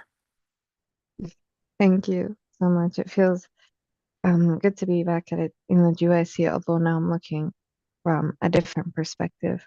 And I agree with Ms. Schultz, like the presentations and how passionate the finalists are regarding the presentations. And I think the Global Youth Challenge really gives us an insight about what the youth around the globe are thinking. Like how when we say AI and sustainability, every time we say this topic or that topic, the first thing that comes to their youth's mind. And this is really representative of the youth in their areas. And since the Global Youth Challenge is an international thing, and each year we kind of mix around with the countries, we kind of see how youth around the world think and how they view these certain topics. I think it's very fascinating and intriguing, especially and kind of see how where the youth are affect which topics they're most passionate about.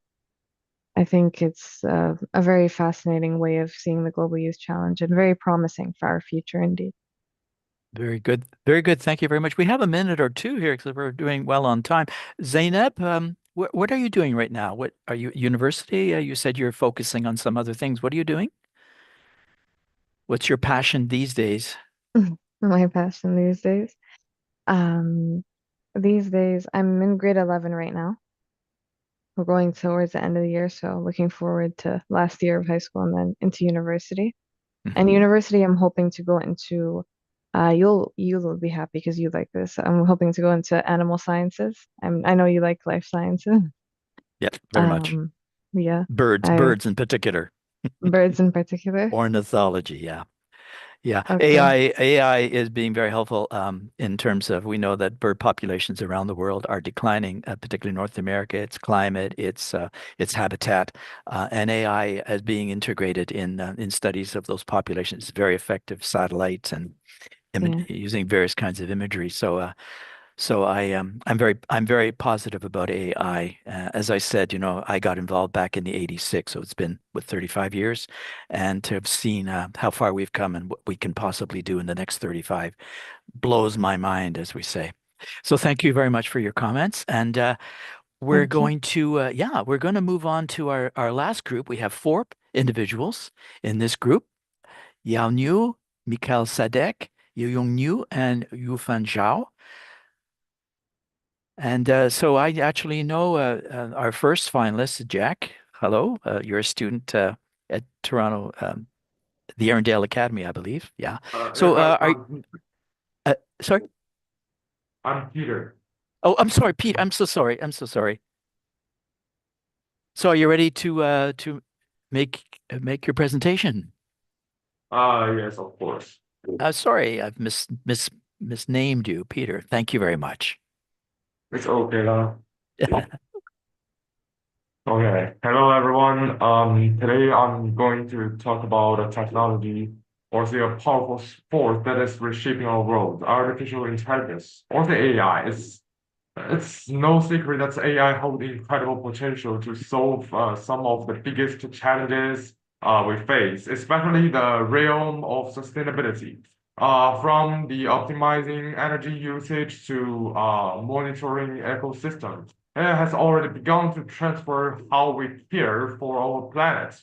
Well, I've already expressed three of the problems, or say the three of the biggest problems that AI face in the real life. The first one is high energy consumption. Secondly, electronic wasting and resources depletion. And finally, the ethical and social challenges. And today I'm going to bring some of the solutions instead of the questions. The first solution lies in how we design AI system. Many of the most advanced AI modules today requires, we can say, enormous computational power, but researchers are already developing more energy efficient algorithms through methods like module compressions, pruning, and also federated learning. These technologies reduce the size and complexities of modules, make them faster and less power hungry without sacrificing the performance. Additionally, running AI modules on data centers powered by the renewable energies, such as solars, wind, or water, which is hydro, it is becoming more feasible. Tech giants and governments alike need to invest in this green infrastructures to reduce the AI's carbon footprint. Secondly is the sustainable hardware design. AI isn't just use the software, it runs on the very advanced hardwares. And that hardware has a cost. Specialized chips, just like GPUs, requires rare earth metals, which are limited and environmentally damaging in mining. But there's hope. We have three solutions. First one is design the modular hardware that can be upgraded part by part, reducing the waste, which is separating different hardwares to different parts. And also we can use recyclable and eco-friendly materials in the production for the AI components. Finally, we can support the research into alternative materials that are both efficient, effective, and sustainability. By making the hardware last longer and pollute less, we address a big part of AI's environmental costs. And thirdly, it's according to the fair and ethical AI for all. Sustainability is not just about the environment, it's also about equality. AI system must be designed in benefits all people fairly, without bias or discrimination. This means use diverse representative data sets and building different systems that are transparent and accountable is very important. Open source initiatives and international collaborations can help build AI tools that serve the global good. Tools that support environmental justice, fair resource distribution, and also inclusive development. For the fourth part, also the last one, is the strong governance and policies. This is also very important to support AI's development and solving the AI's problems. We need the policies and regulations that guide AI in the right directions.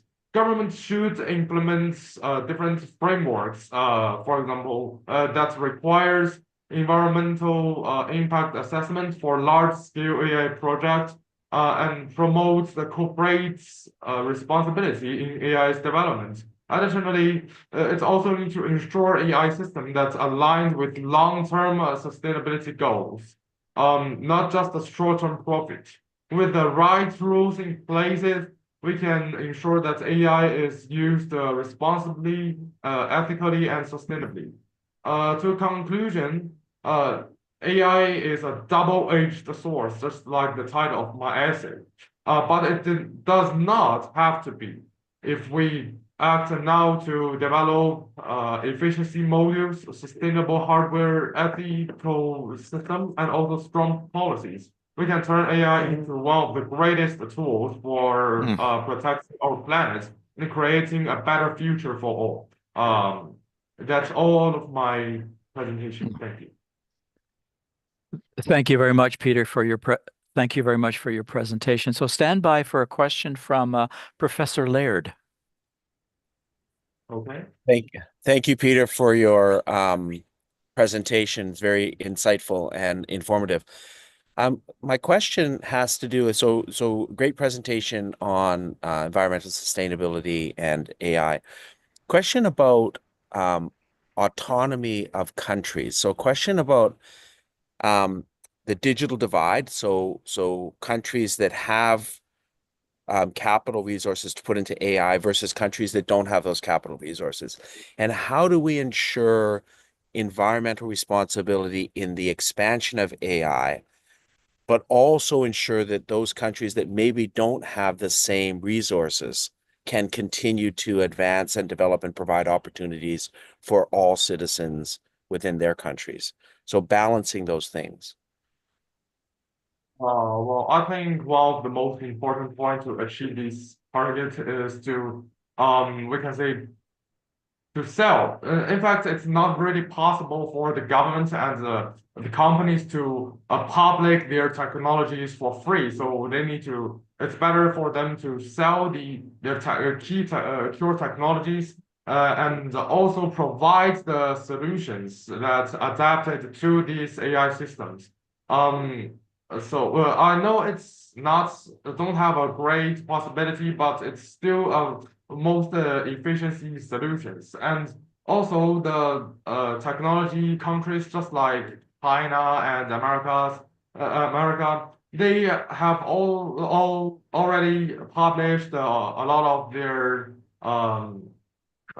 technologies, and also they already hired the technology scientists that comes from different countries. They can provide a bit of a contribution to their native or say to the AI technology of their own countries. For example, there are 13% of the scientists in China is from other countries. That's studying AI. So these kind of scientists can also bring the advanced technology from China to their own country and make a contribution to the sustainability of their area and citizens. Thank you. Thank you. That's a good question. We need to always keep in mind that AI is a resource that there's a technology and a resource that needs to be shared because it can solve problems for the entire planet. We need to think that we are living on one planet. And remember that. Howard Lin, have you a question for Peter? Hi, Peter. Yeah, I like your presentation. You don't just have a knowledge, but also have a solution already for us. Let's just talk about one solution you proposed. That is a strong governance and regulation. Okay. In the U.S., Vice President Vance this year in February went to Paris. There's a summit, right? So supposed to be a collaborative consultation dialogue about AI governance. But Mr. Vance suggests that it is actually the heavy regulation will kill AI. So sounds like his only concern. He talked about innovation, technology innovation. So doesn't really need a heavy policy, strong policy. So I give you this tough question. Now suppose, Peter, you get a chance to meet Vice President once. How can you convince him he's wrong and you're right? Well, the question is mainly about how to seek a balance between the innovation of the AI technology and also the regulations, right? Yes. I have to say, it's really a great questions, and the one of the best solution in my mind is to separate the technology team or the organizations and the AI companies that's producing the AI related products. To separate these two, we can give two whole system of regulation and policies to different groups. Like we make great supervise on the AI products, which ensure the publicity and responsibility of the use to make sure it's fairly good about or the benefits to everyone's profit. And we give a single regulations on the technology part to make sure or to guarantee they can produce more advanced AI technology and keep innovate in the future. So I think it's better to separate them into two parts instead of just talk them in the same group. So it's more efficiency for the future. Thank you, Peter. Excellent answers, Peter, to both questions. Thank you very, very much. So we move on to Mikhail Sadek. Mikhail, how are you today? Good. How are you, Phil? Good. Or how are you this evening? Where are you based? I am in Ottawa. In Ottawa, lovely city, capital of Canada. Okay, Yes. are you ready to give us your presentation? Yes. Good morning, good afternoon, or good evening, wherever you may be. My name is Mikhail Sadek, and I'm from Ottawa, Canada. Before I begin, I would like to sincerely thank the GYC judges, organizers, and volunteers for this incredible opportunity. Your dedication makes this platform possible, and I am truly honored to be here today. AI is transforming our world, optimizing energy, water, and material use to improve sustainability. But did you know that AI itself consumes enormous resources? In 2024 alone, ChatGPT may have used over 500 megawatt hours of electricity and 85 billion liters of water just for cooling. And as AI expands, energy shortages could limit its progress. Some solutions to this problem can include the use of microchips that rely on light instead of electricity, resulting in faster and more efficient calculations, and to reuse the wastewater from cooling AI computers. But there's another side to the story, one that's often ignored. Because AI's environmental impact is not just about the power and the water usage. It's about what AI is made of, where it's built, and how we define efficiency itself. And if we don't address this, AI could become one of the most resource-draining technologies in history. First, there's the materials problem. AI runs on microchips, and these microchips are made out of rare earth materials like gallium and neodymium. These materials are only mined in select places in the world, often under unethical conditions. For example, 60% of the world's cobalt comes from the Congo, where mining has devastating social and environmental impacts. If AI keeps growing without innovation in chip materials, we risk major shortages and, more importantly, ecological damage. Then there is the space problem. AI doesn't just exist in the cloud. It exists in data centers, giant buildings packed with thousands of power-hungry computers. Right now, data centers take up over 700 million square feet in the US alone. As AI expands, it's not just competing for energy. It's competing for physical space with farms, forests, and communities.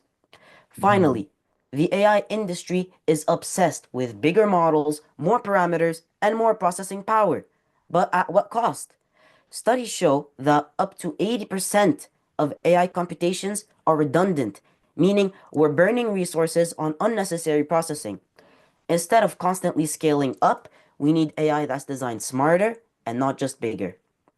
So, how do we redefine AI's efficiency?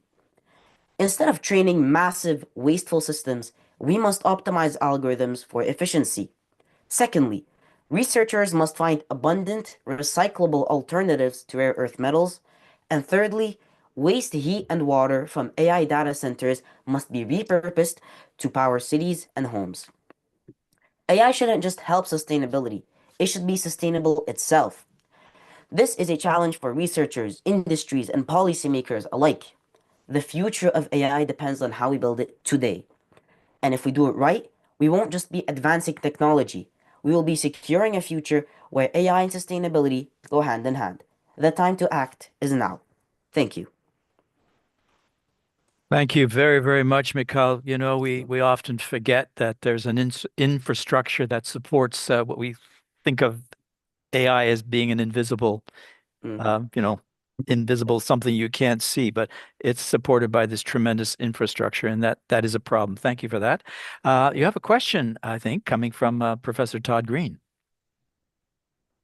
Yeah, that was great, Mikhail.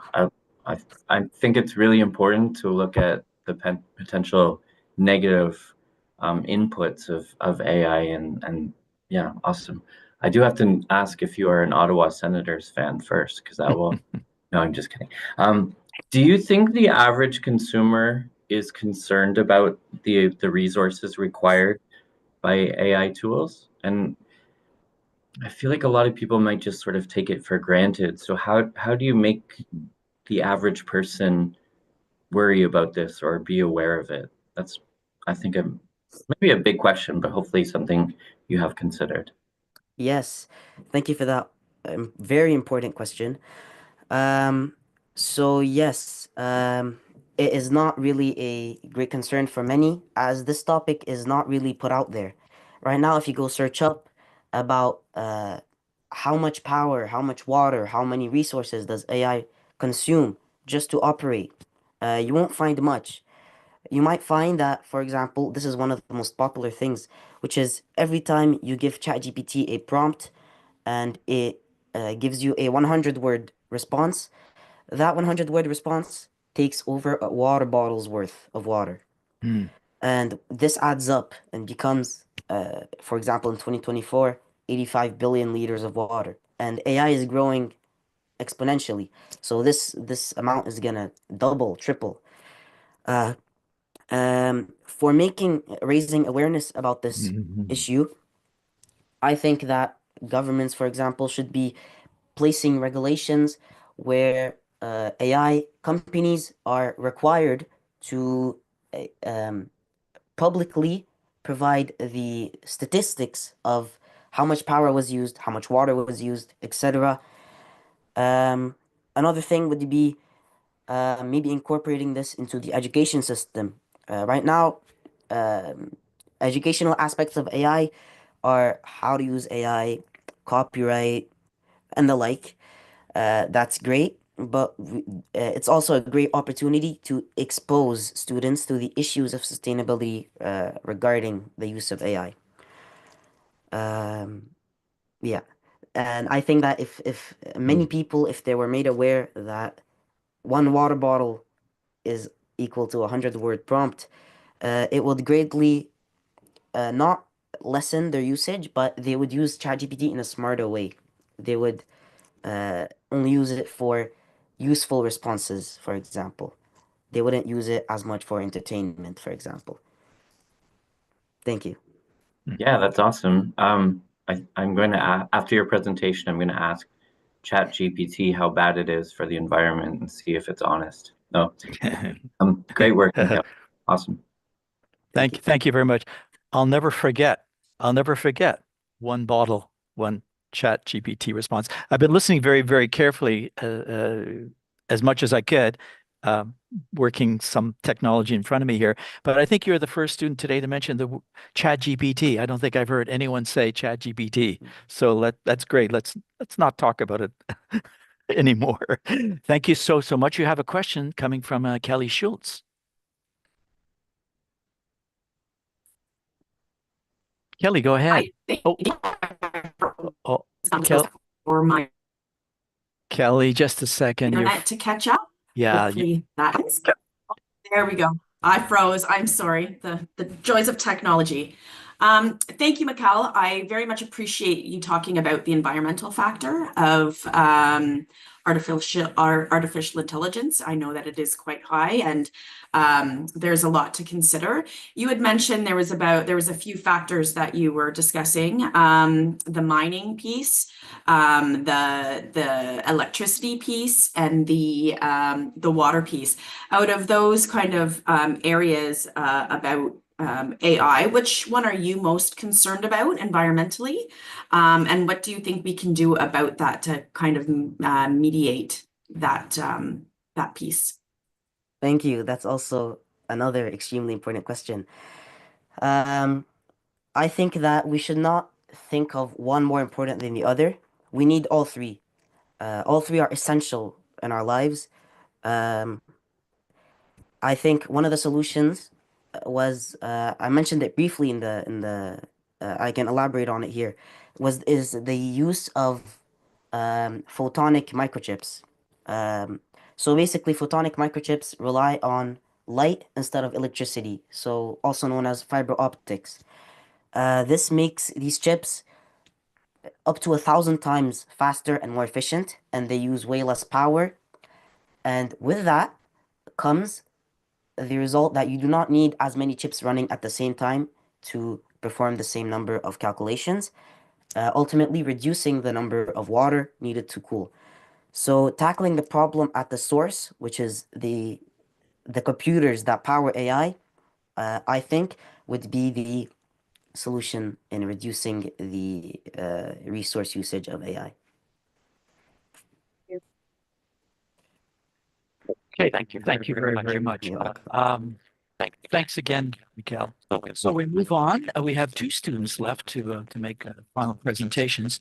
Here's Jack. Jack Nihon Yu. Welcome back. Hello. Hi.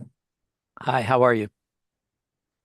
Nice today. Okay, are you ready to give us your presentation? We're standing by.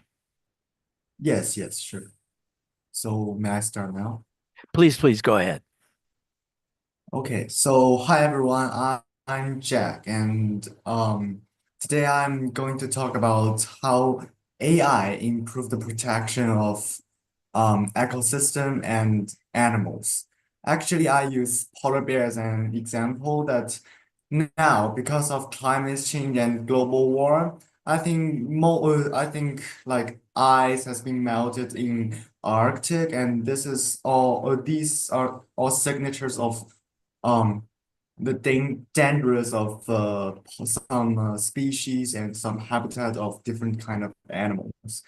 Actually, for now, I'm going to introduce you about a project that I designed for how AI help us know what does an animal need for an ecosystem, which is necessary for their survives. First of all, I just simply put my strategy into 4 steps. First of all, we should have a like a database, right? So we need to scan a 3D model of a whole ecosystem, and which means we use both satellite and some like planes and some other machines to get informations like what kind of species does this area have, and how the volume and the area of ice and the depth of the whole ocean. When this data has been corrected and storage into our own like data set, and we go into the second step. now we have a habitat for polar bear, right? So we should have a polar bear to live inside the I mean, live inside the this environment. So we should have have an algorithm to find all the hobbies and behaviors that a polar bear will do in different kind of situations.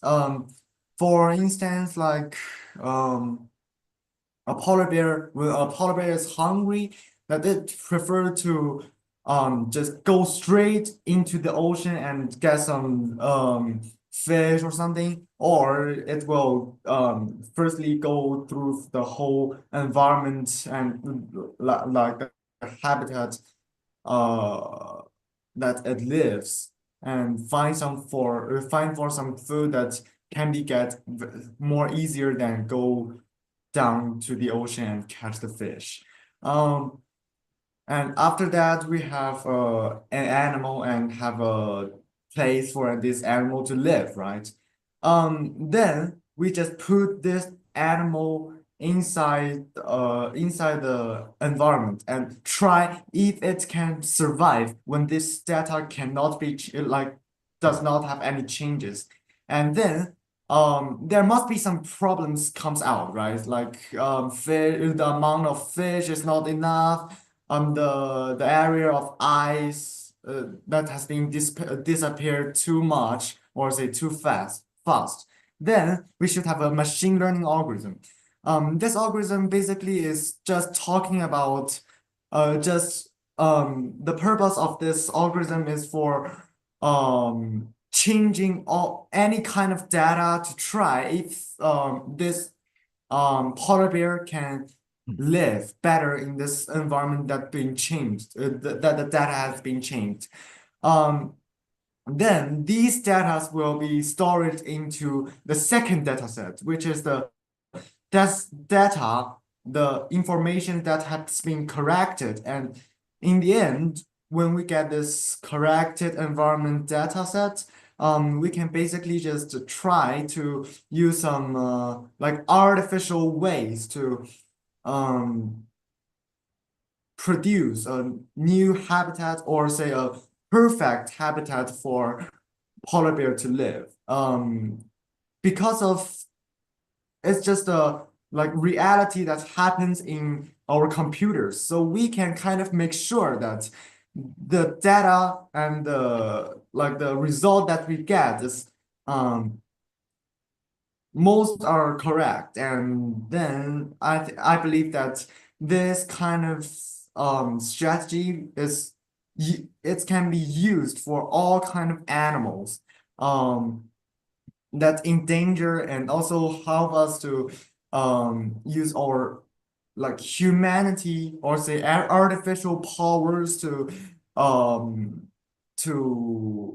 improve the sustainability of the whole ecosystem and the whole environment that we live, right? So I think this is the most like I think this is the best project that can improve the protection of any kind of lives that lives in our Earth.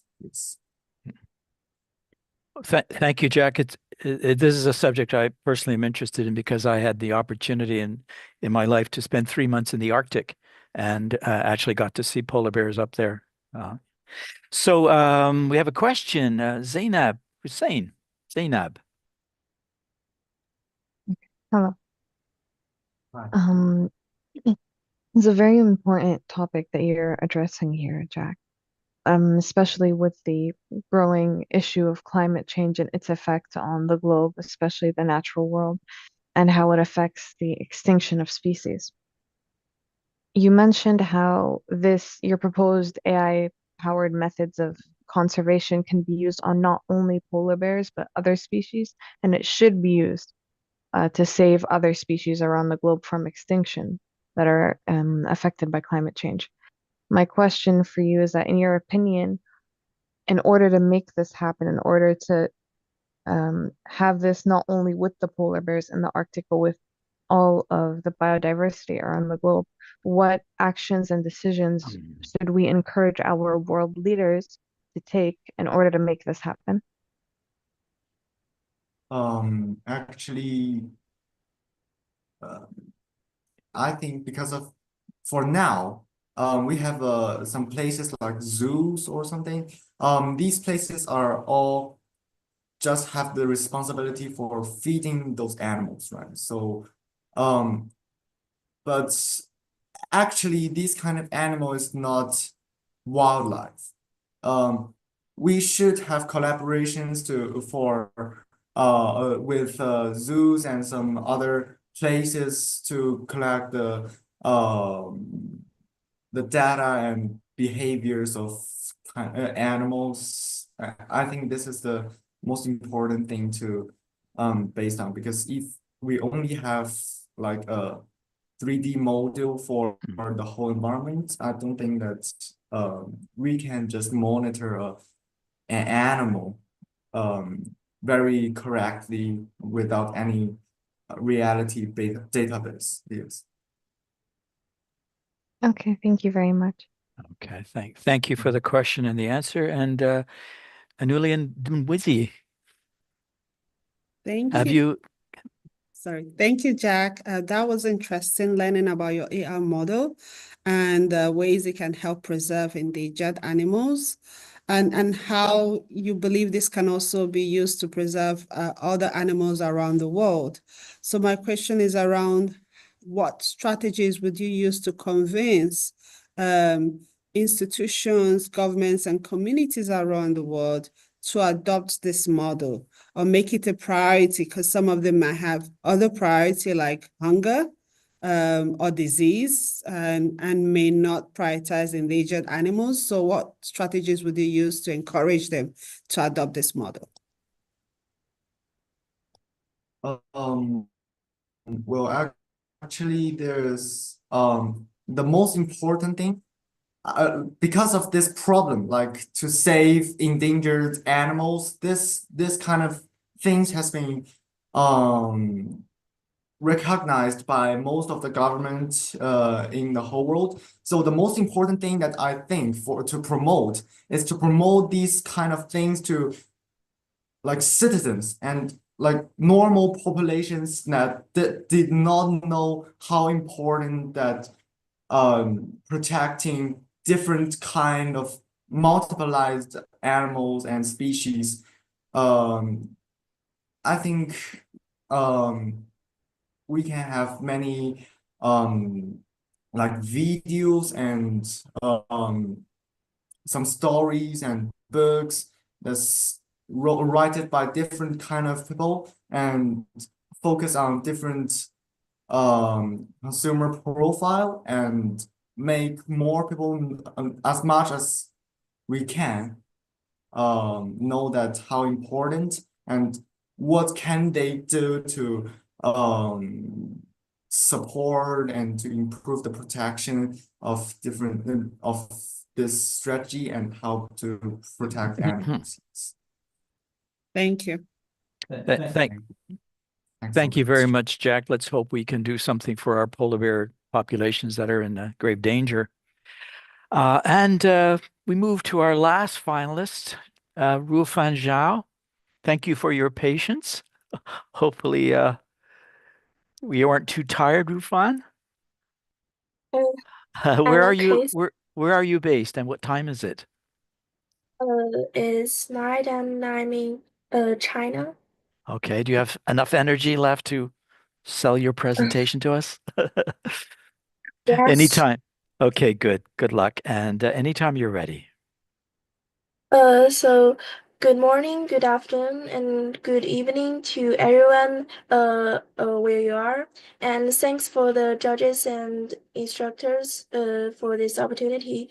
And I'm Rose Rofan Zhao, and today I want to discuss a force that is reshaping the future of our world, artificial intelligence or AI. AI is a transformative technology with the potential to drive sustainable development. However, like any powerful tool, it comes with challenges that we must address to ensure it benefits everyone equitably. And there's some general understandings about AI of me.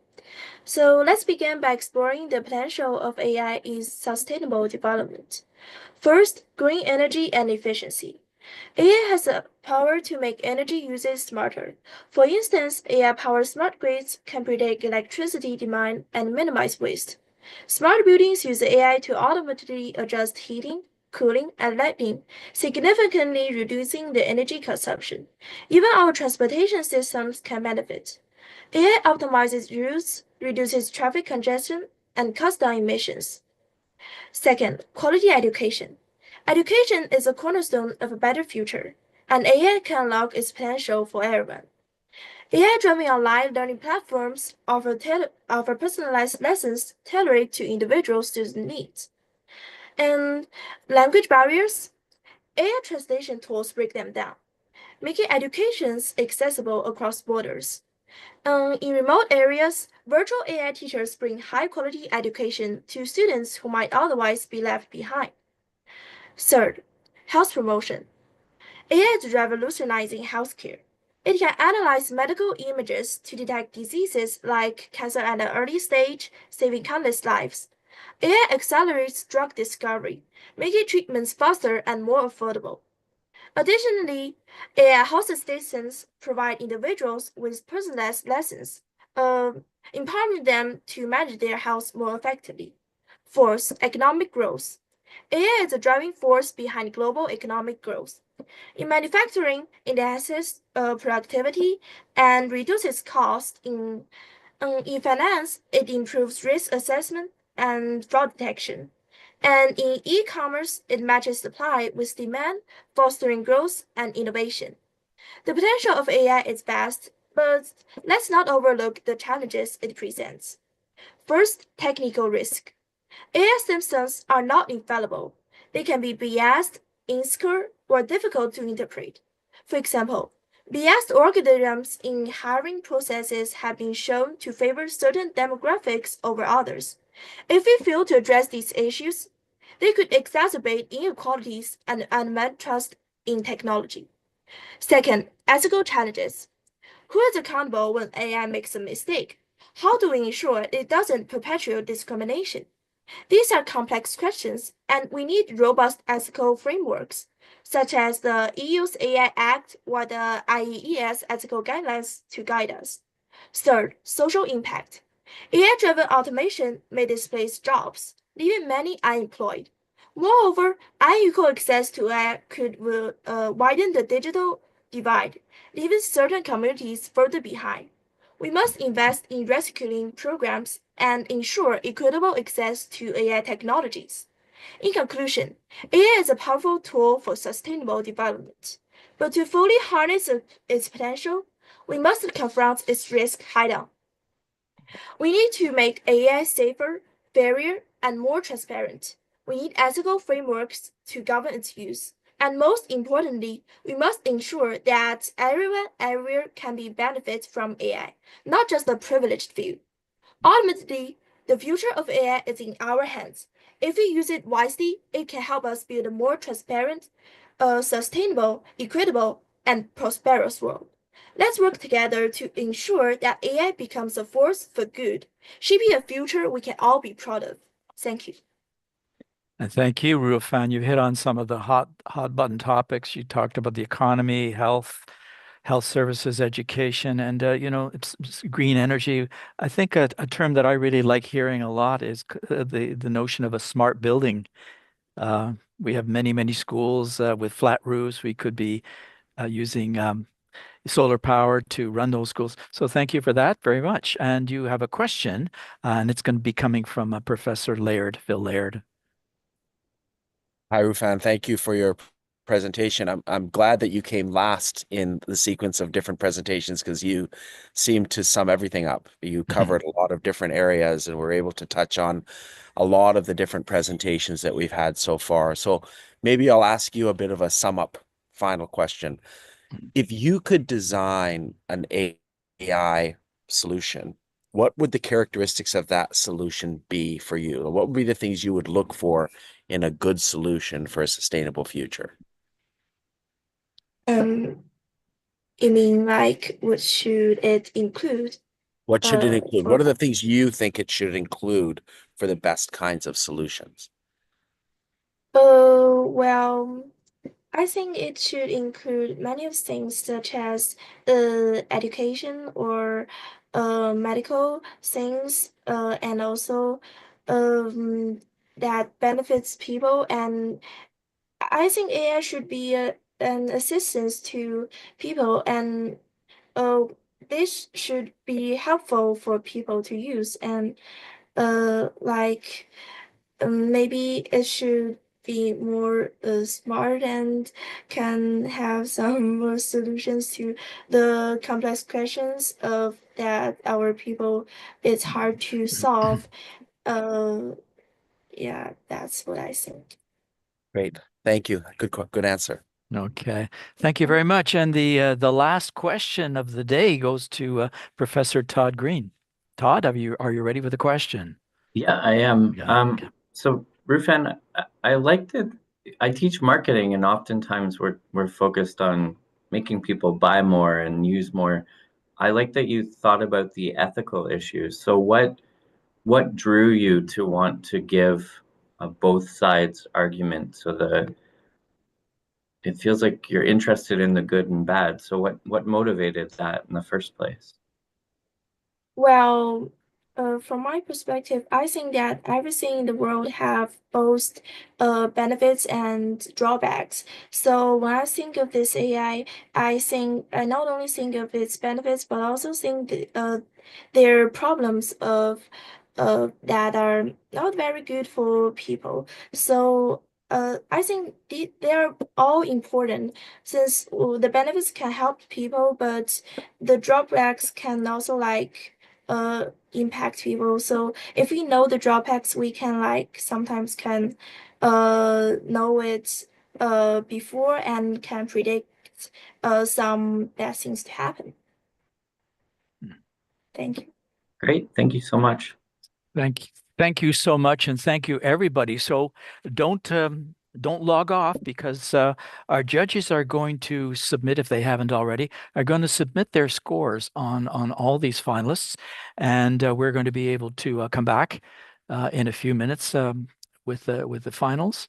We'll have third, second, and first place winners. But in the meantime, I know Phil Laird, you're going to have to leave us probably to go and join your sons. You did say you were in Arizona, is it? Yeah, Arizona. So any general summation you want to share with us about what you've heard today? Any highlights, maybe? Yeah, I'm really impressed with all of the presenters and the amount of work that each one has put into their presentations. Not only that, I spend a lot of time working with AI on a regular basis, teaching prompt engineering, sentiment analysis, some of the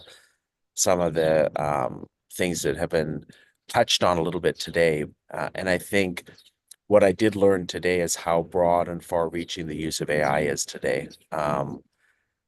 Everything from environmental sustainability to the economy to finance to even how we use AI in a sustainable fashion and its expansion and use of resources. And so I'm really impressed with all the young people who have presented and impressed with how much thought and research they've put into their presentations. And I know there's going to be a first, second, and third prize, but all of the students here have benefited from doing the research, and they've benefited us from sharing. And so there are no winners or losers in this kind of competition. We're all winners, and really, really impressed and thankful that I was able to be a part of it. So Great. Well, I'm very grateful that you've been a part of it. Before you leave, we'd like to do a group photo, a group shot. So we'll have all the cameras turned on, if you don't mind, everyone. Everyone, please turn your cameras on, and we'll take a screenshot. And then we'll let Phil get off to the sports.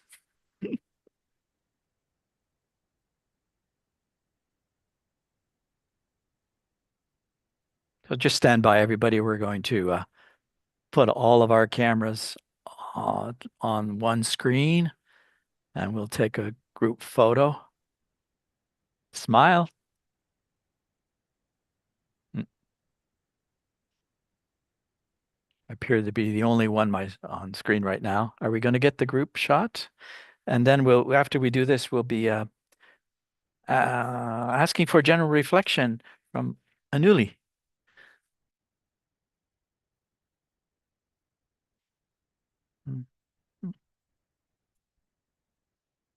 Yeah, no, I'm just saying to Anuli, Anuli is here in the room with us, one of our judges. She'll be giving us a general reflection as well on how she feels about the morning.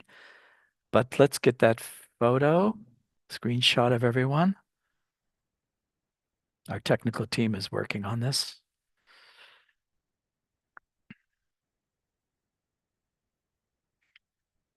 Because our finalists today are in the junior category, which means that some of you may be interested in participating in next year's Global Youth Challenge, or you might be a senior next year for the challenge. So please consider coming back.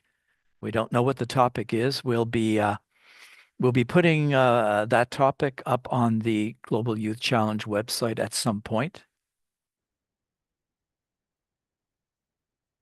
So keep checking the website for more information, and please consider coming back.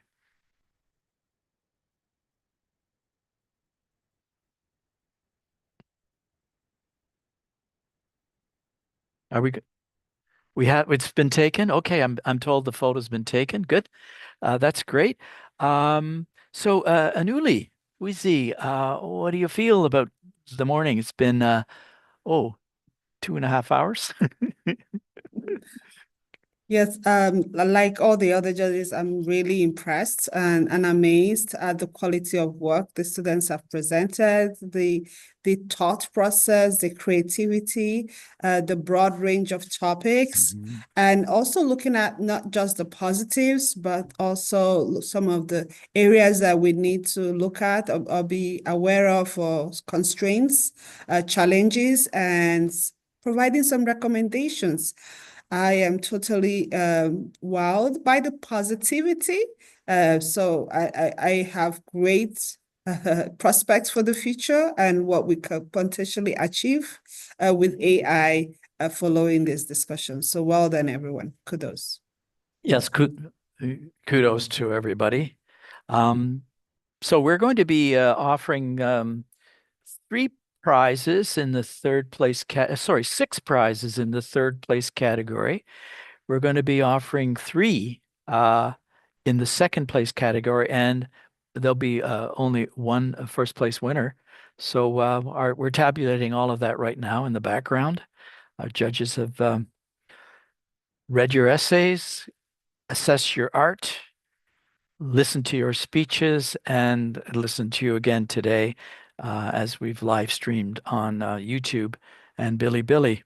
Thank you guys, all of you, for wherever you may be, whatever time of day it is, for participating. Do any of the participants have something to say? We can open up any comments from any one of you.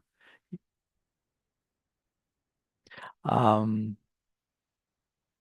like to know how many of our participants feel they'd like to go into the field of artificial intelligence as researchers, if through engineering, in whatever way.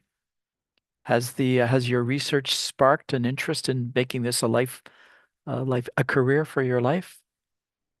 Miriam, would you like to share? Yeah, go ahead. Yes, I have a little bit of comments about this competition. I'm very honored that I was able to be participating and make it to the finals. It's been really a highlight for me in the past couple of months. I thought it was really interesting, this competition. I've never participated in an essay and speech competition before, so it was a really new challenge and journey for me that I really got to experience and enjoy. Of course, I encountered many obstacles along the way. At first, I actually wanted to do art, and it just didn't work out for me. I didn't feel as if I could express the way I felt about AI through art, despite it being a means I enjoy expressing through. I believe that I really am passionate about writing, so I believe that writing about it and researching, truly understanding how AI can help our society was truly just the way to go. So I actually had way more AI programs backed up if I didn't prefer the two I picked, which were Voice and Deep Glioma. I actually had another one for the healthcare field called Trudel Mia. It were to help with COVID-19. Oh, I'm I- sorry. It's I'm no sorry. problem. Yeah, Professor Ling, would you please submit your score? We're still waiting for that. Just want to be sure that the judges have all submitted. So, Professor Lin, if you can hear me, Yeah, I submit the Google. you have submitted it. Yes. Okay. Um, okay. So we'll just wait to see if that's come through. Miriam, while we're checking on that, did you know much about artificial intelligence as a subject? As a subject, my knowledge about AI was mainly focused on the chat perspective and the generative image perspective. I knew that it existed in many other categories, although my knowledge about it wasn't as profound. So I took this competition as a opportunity to propel forward into my learning about AI in the healthcare field. I got the opportunity to discover many different AIs. Some honorable mentions while I was researching Trudolmia, TRUDLMIA, a trustworthy deep learning framework for medical image analysis. From many sources, such as the National Institute of Health and actually the University of Waterloo, one of the academies here. Microsoft Seeing AI, you might have heard from it. It's a software that uses a camera to describe the environment to a visually impaired individual. And finally, I also discovered about Parrots Inc. with their product Polly, an assistive AI for all individuals with neurological conditions. All of these were really interesting products that I've never heard of before, but learning about them really helped deepen my connection with AI. Terrific. Would you, in the chat, put up those titles that you just mentioned? Maybe some of the other students. We have a couple of other students who want to share their thoughts. So, who would like to step up here? All right, Nguyen. Oh, Turn on. okay. Yeah, you want to share? You want to share some thoughts? I actually have an interest in AI before this competition. That was a part of the reason why I joined. I went to Singapore, the Science Center. I got to actually look at Singapore's public transportation in real life. That definitely sparked my interest. I also went to the convention center in Singapore, and I heard a lot of public speakers share their experiences about AI. I think this competition opened many doors for me in the future. Terrific. Thank you. Anyone else? I hear there were 3 students who wanted to share. So just step right up. All right, there you go. Amara, hello. What? Hi, I just wanted to thank everyone who made this opportunity possible for me because I think it was a really amazing competition. Like, especially AI, I think it's like such a relevant technology in this current situation, but in schools we're not really taught that much about it. So to have a competition based around AI, I think it was really amazing because it gave me the chance to kind of further explore this technology, which I'm really interested in, and I learnt that it has a connection to something that I'm really passionate about, which is the environment and climate change and sustainability. So I think it was just a really amazing challenge, and I'm really grateful to be part of this. So thank you. Great. Will you make it a career in some way when you attach? AI will always be part of all of our careers, no matter what we do, media, business, education. It'll always be part of it. But would you consider an exclusively AI career for yourselves? I actually really hope so that one day I can be part of this industry and explore a career in this sector. Terrific. My sister's living in Australia, by the way, my elder sister. So hi, if I asked her to tune in I don't know if she did, but thank you for that. And anyone else? Oh, by the way, I see that Miriam has posted those titles. Trudel Mia, Microsoft Seeing AI, Parrots Inc. with their product Polly. So if you're interested in exploring what Miriam was sharing there, check that out. Hello, Hannah. You want to say something about this experience for you? Yeah, so for me, the competition was an incredible experience that challenged me to think critically about the role of AI in education and sustainability. So presenting my ideas and engaging in discussions with others helped me see both the potential and the challenges of AI in shaping the future of learning. So I was especially inspired by the diverse perspective shared, highlighting the importance of ethical AI development and accessibility for all communities. So this experience has motivated me to continue exploring how technology can be used responsibly to create a more sustainable and equitable learning environment. I'm very grateful for the opportunity and excited to keep learning and contributing to this important conversation. Thank you. Thank you. Thank you very much. If anyone else wants to share, I have a few things I could share. Oh, hey, Peter. Hey there, everyone. I'm glad to talk about my career for to make build an AI system that supervise the patients for the hospitals in Shanxi province, China. Well, the part we our group have 4 people, and my part is to supervise the sounds to build a system that can check the sounds and then uh, analyze it and gets the health condition of the patient. And that's we use the ChatGPT. Yes, ChatGPT. We always mention that day. The system that's developed by the OpenAI that can analyze those different kind of conditions and elements and information that can be reflected by the sound. And we train them by a lot of different data sets that we build and get from the real hospital in Shanxi province. And then this whole piece of system have already been uploaded to the different hospitals in Thailand and Shuozhou. As they say, this system have already saved a lot of people's life and save a lot of patients. Yeah, that's all.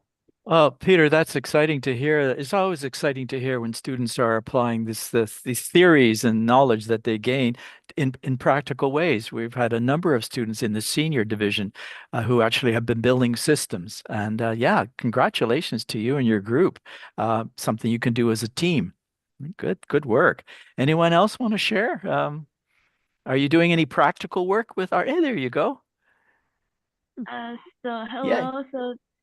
I actually joined Global Youth Challenge 2024 last year, and I was pretty nervous last year, but this year I'm really grateful that I got a chance to talk about artificial intelligence and sustainability because I really care about our society and I want to contribute somehow. And when I heard that this year's topic is about artificial intelligence and sustainability, I joined it like immediately. I just clicked my information in and I was like, yay, I did it. And so I'm at a school and our school sends a lot of students to Australia. So when I heard that Mara is from Australia, I was like, oh wow, she's from Australia. Yeah. And I actually talked about climate change and deforestation during another competition. So I was really like I was surprised to meet her and hear her speak. And about Mariam, and I'm actually interested in healthcare field industry as well. So I was really grateful to listen to her speech. Yeah, that's my final thoughts. Yay. Well, thank you. You've come a long way in a year. You're very confident, your presentation. I've really enjoyed it very, very much. By the way, Global Youth Challenge, even though you guys are all in different places and different time zones, has been an opportunity for you to hear each other and I don't know if the opportunity is for you to carry on communicating with each other. Maybe you can Yeah. find some common ground. That would be Yeah. nice to do. I hope you could. If you guys are interested in what you've heard some others say today, maybe you can reach out to them and make contact, carry on online using the internet. Anyone else want to share? We're still waiting for the scores, I believe, to be tabulated, and I'll be presenting those in a minute, starting with the third, and then the second place and the first place winner. Anyone else? And let me open this up to our judges too. We had asked two of you to do a final summation, but it seems like we have some time. Anyone else want to share? No, you don't have to. Don't feel obliged, but it's fine. Any other student on want to share? Uh, Okay. I always like to. Oh, here we go. Todd Green. Hello.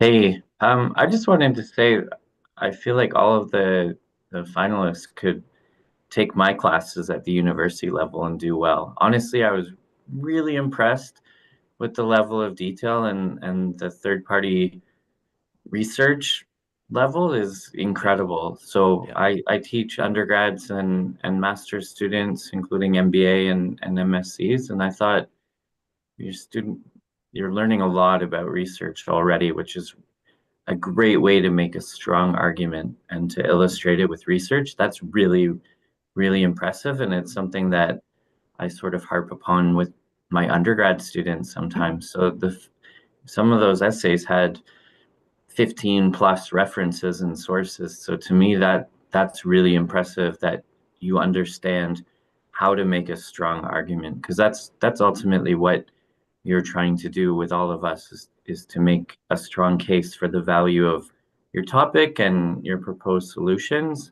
And I thought there's a lot of nuanced discussion from all of you. So honestly, I would be, if any of you want to just skip your undergrad and take your MSc with me, you might be the youngest MSc student ever at Brock, but I would happily work with all of you. That was amazing. So yeah, it's going to be really cool to see all the things you accomplished together.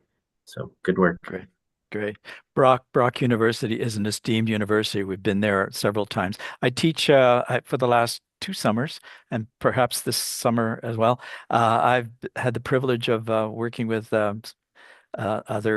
several other teachers presenting a course on AI and leadership, artificial intelligence. I usually cover the theory. I have no skill in programming. I can't build a robot. We have staff here who do that with students, and so we run a summer program of about in 2 divisions, and it's always a pleasure. But I hope you students have all heard clearly what Professor Green has said. He feels you could step into university and fit right in. So that's quite the compliment. I totally agree. I totally agree with you. Yeah. So we're still working on our numbers. We're going to end our day after I do those presentations of the certificates. I'm going to be asking Dr. Paul, not quite a doctor yet. Dr. Paul Pugh is working on his PhD in education. He's the president of the Global Youth Challenge, and he is also the director of the Arundel Academy and Toronto Central Academy. And I've known him for quite a number of years. Paul, why don't we can we maybe have Paul speak now? Are you ready, Paul? Would you like to say something? Yeah. Go ahead. Okay, thank you everyone. And as president of the Global Youth Challenge, thank all of your support, your ideas, your insights. So congratulations all students in the final. You have bright ideas about the future, about how to use AI. Thanks for all judges for years of support. And you spend your invaluable time coming to here to give guidance, to lead students for the leadership development. So GYC is a platform. Actually, it's not for technology. GYC is a platform for global youth came here to talk about global issues, to talk about our society. We know we're not short of technology. Technology develops so fast. We're short of leaders. How to lead the society in right direction in positive ways. Right now, we face more conflicts, economic, politics, religion, culture, all these conflicts. As educator, we cannot solve this problem. As educator, we can work with youth how to develop next generation leaders with critical thinking, work with positive attitude. Yeah, we short of visionary leaders. So this all global youth challenge about. So global youth challenge competition is small part.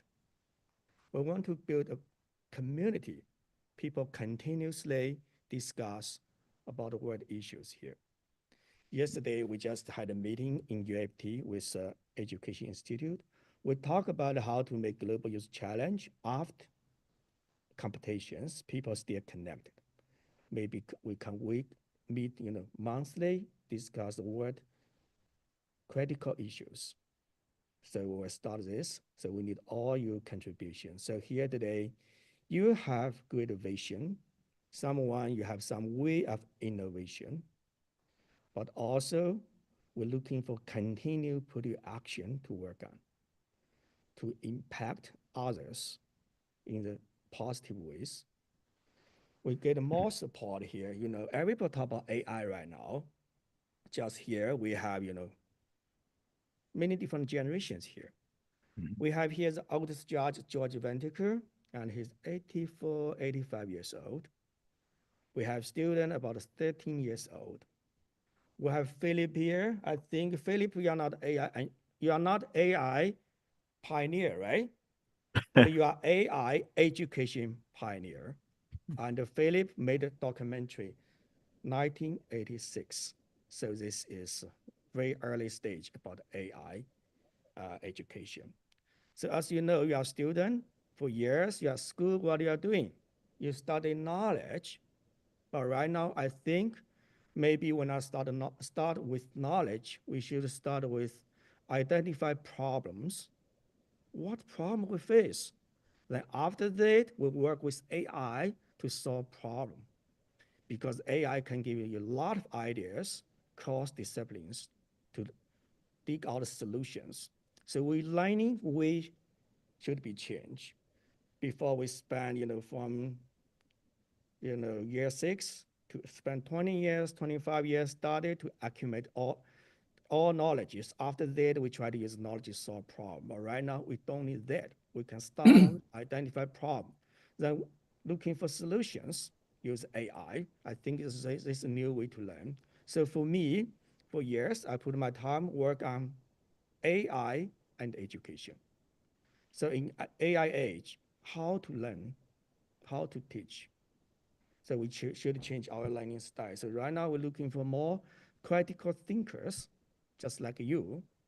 Okay, so we need to put more time to think about the world issues. So welcome you come back and GYC 2026.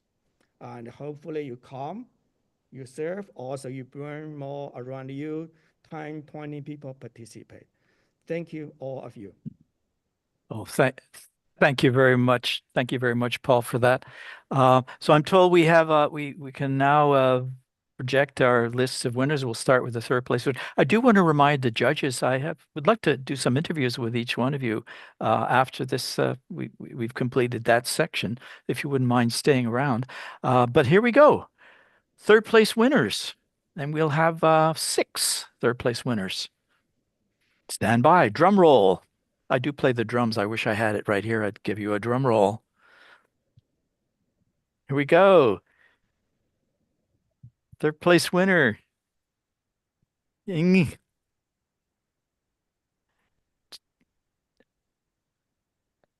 I don't have a Vietnamese person here I can ask to pronounce.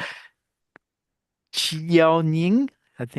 I hope I can say that correctly. Chiao Ning. Alexandra. Slava Ukraini, Alexandra. My wife is Ukrainian. Oh, really? That's Yes. good. Thank you. We hope pray for peace. Han Yuan. Han Yuan, congratulations. You're a third place winner. You'll be receiving this certificate. You can use this certificate in your applications to universities when the time comes, in any way you see fit. Yun Wang, thank you for participating and congratulations to you. Great presentation. Tiana He, congratulations to you. It's worth waiting up for, I hope.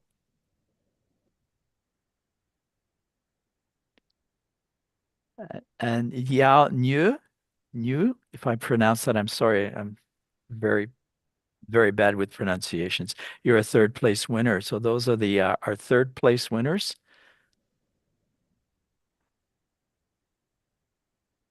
And finally, Young Yu.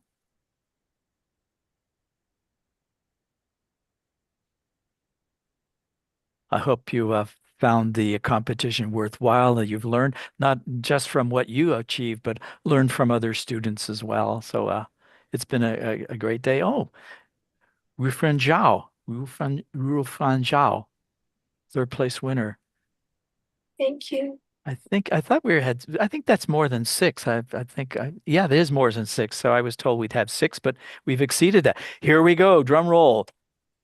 Second place winners. And there will be three. Miriam, congratulations.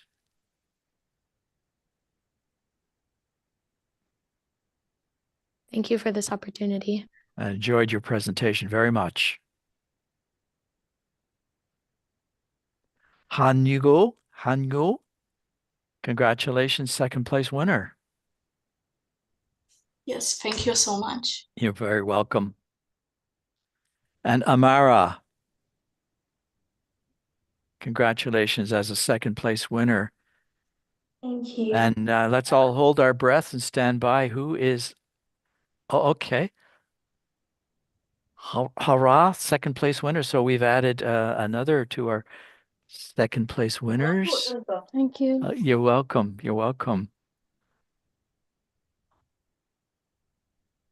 And our first place winner is, and I'm going to be interviewing our first place winner, Mikhail Sadek. Congratulations, Mikhail Sadek. Thank you so much. So enjoyed your presentation. Thank you. And you had to wait through most of the day for this, most of the morning in this case.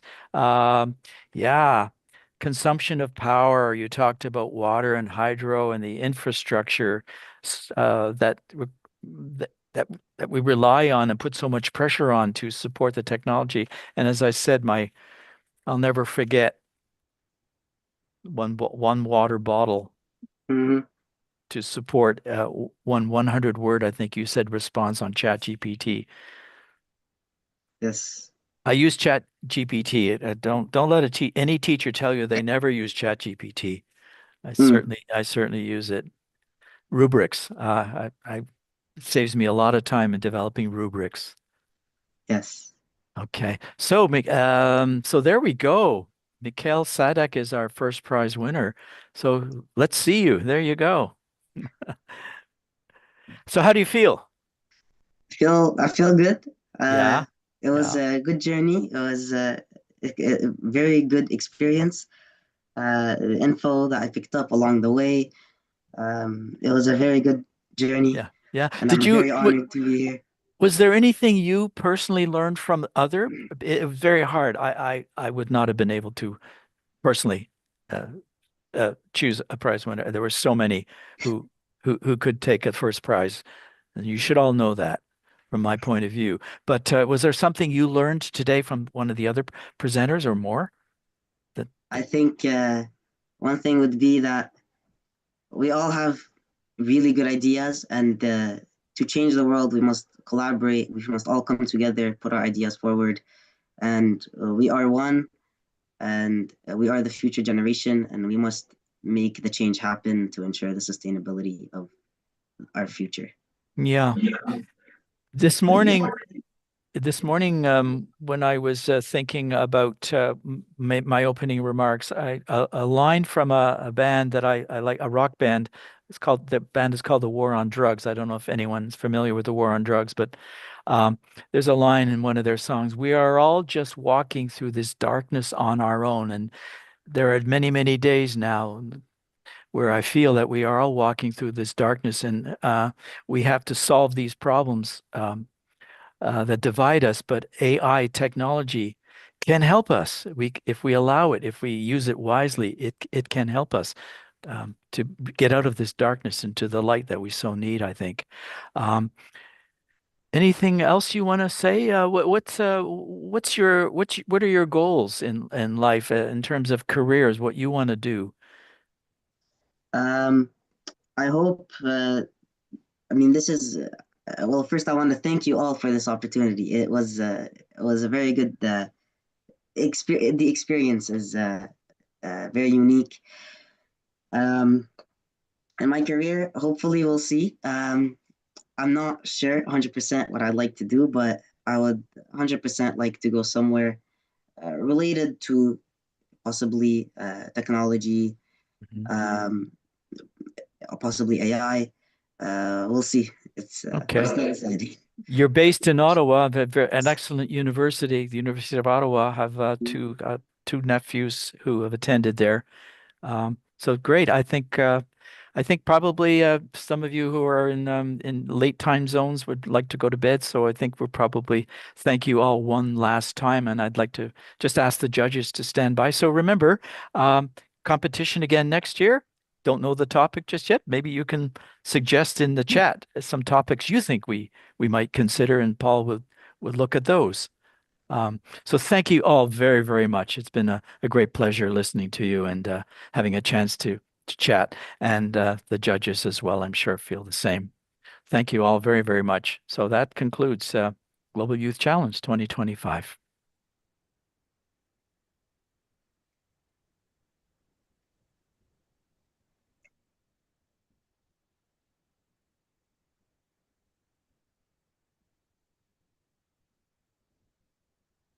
Oh, just wait. So students, you can all log off, and our judges would just stay online for just a few minutes. Todd, do you know any dad jokes? I know a few. My son, I'm better at when someone says something in class reacting, but let's see, off the fly.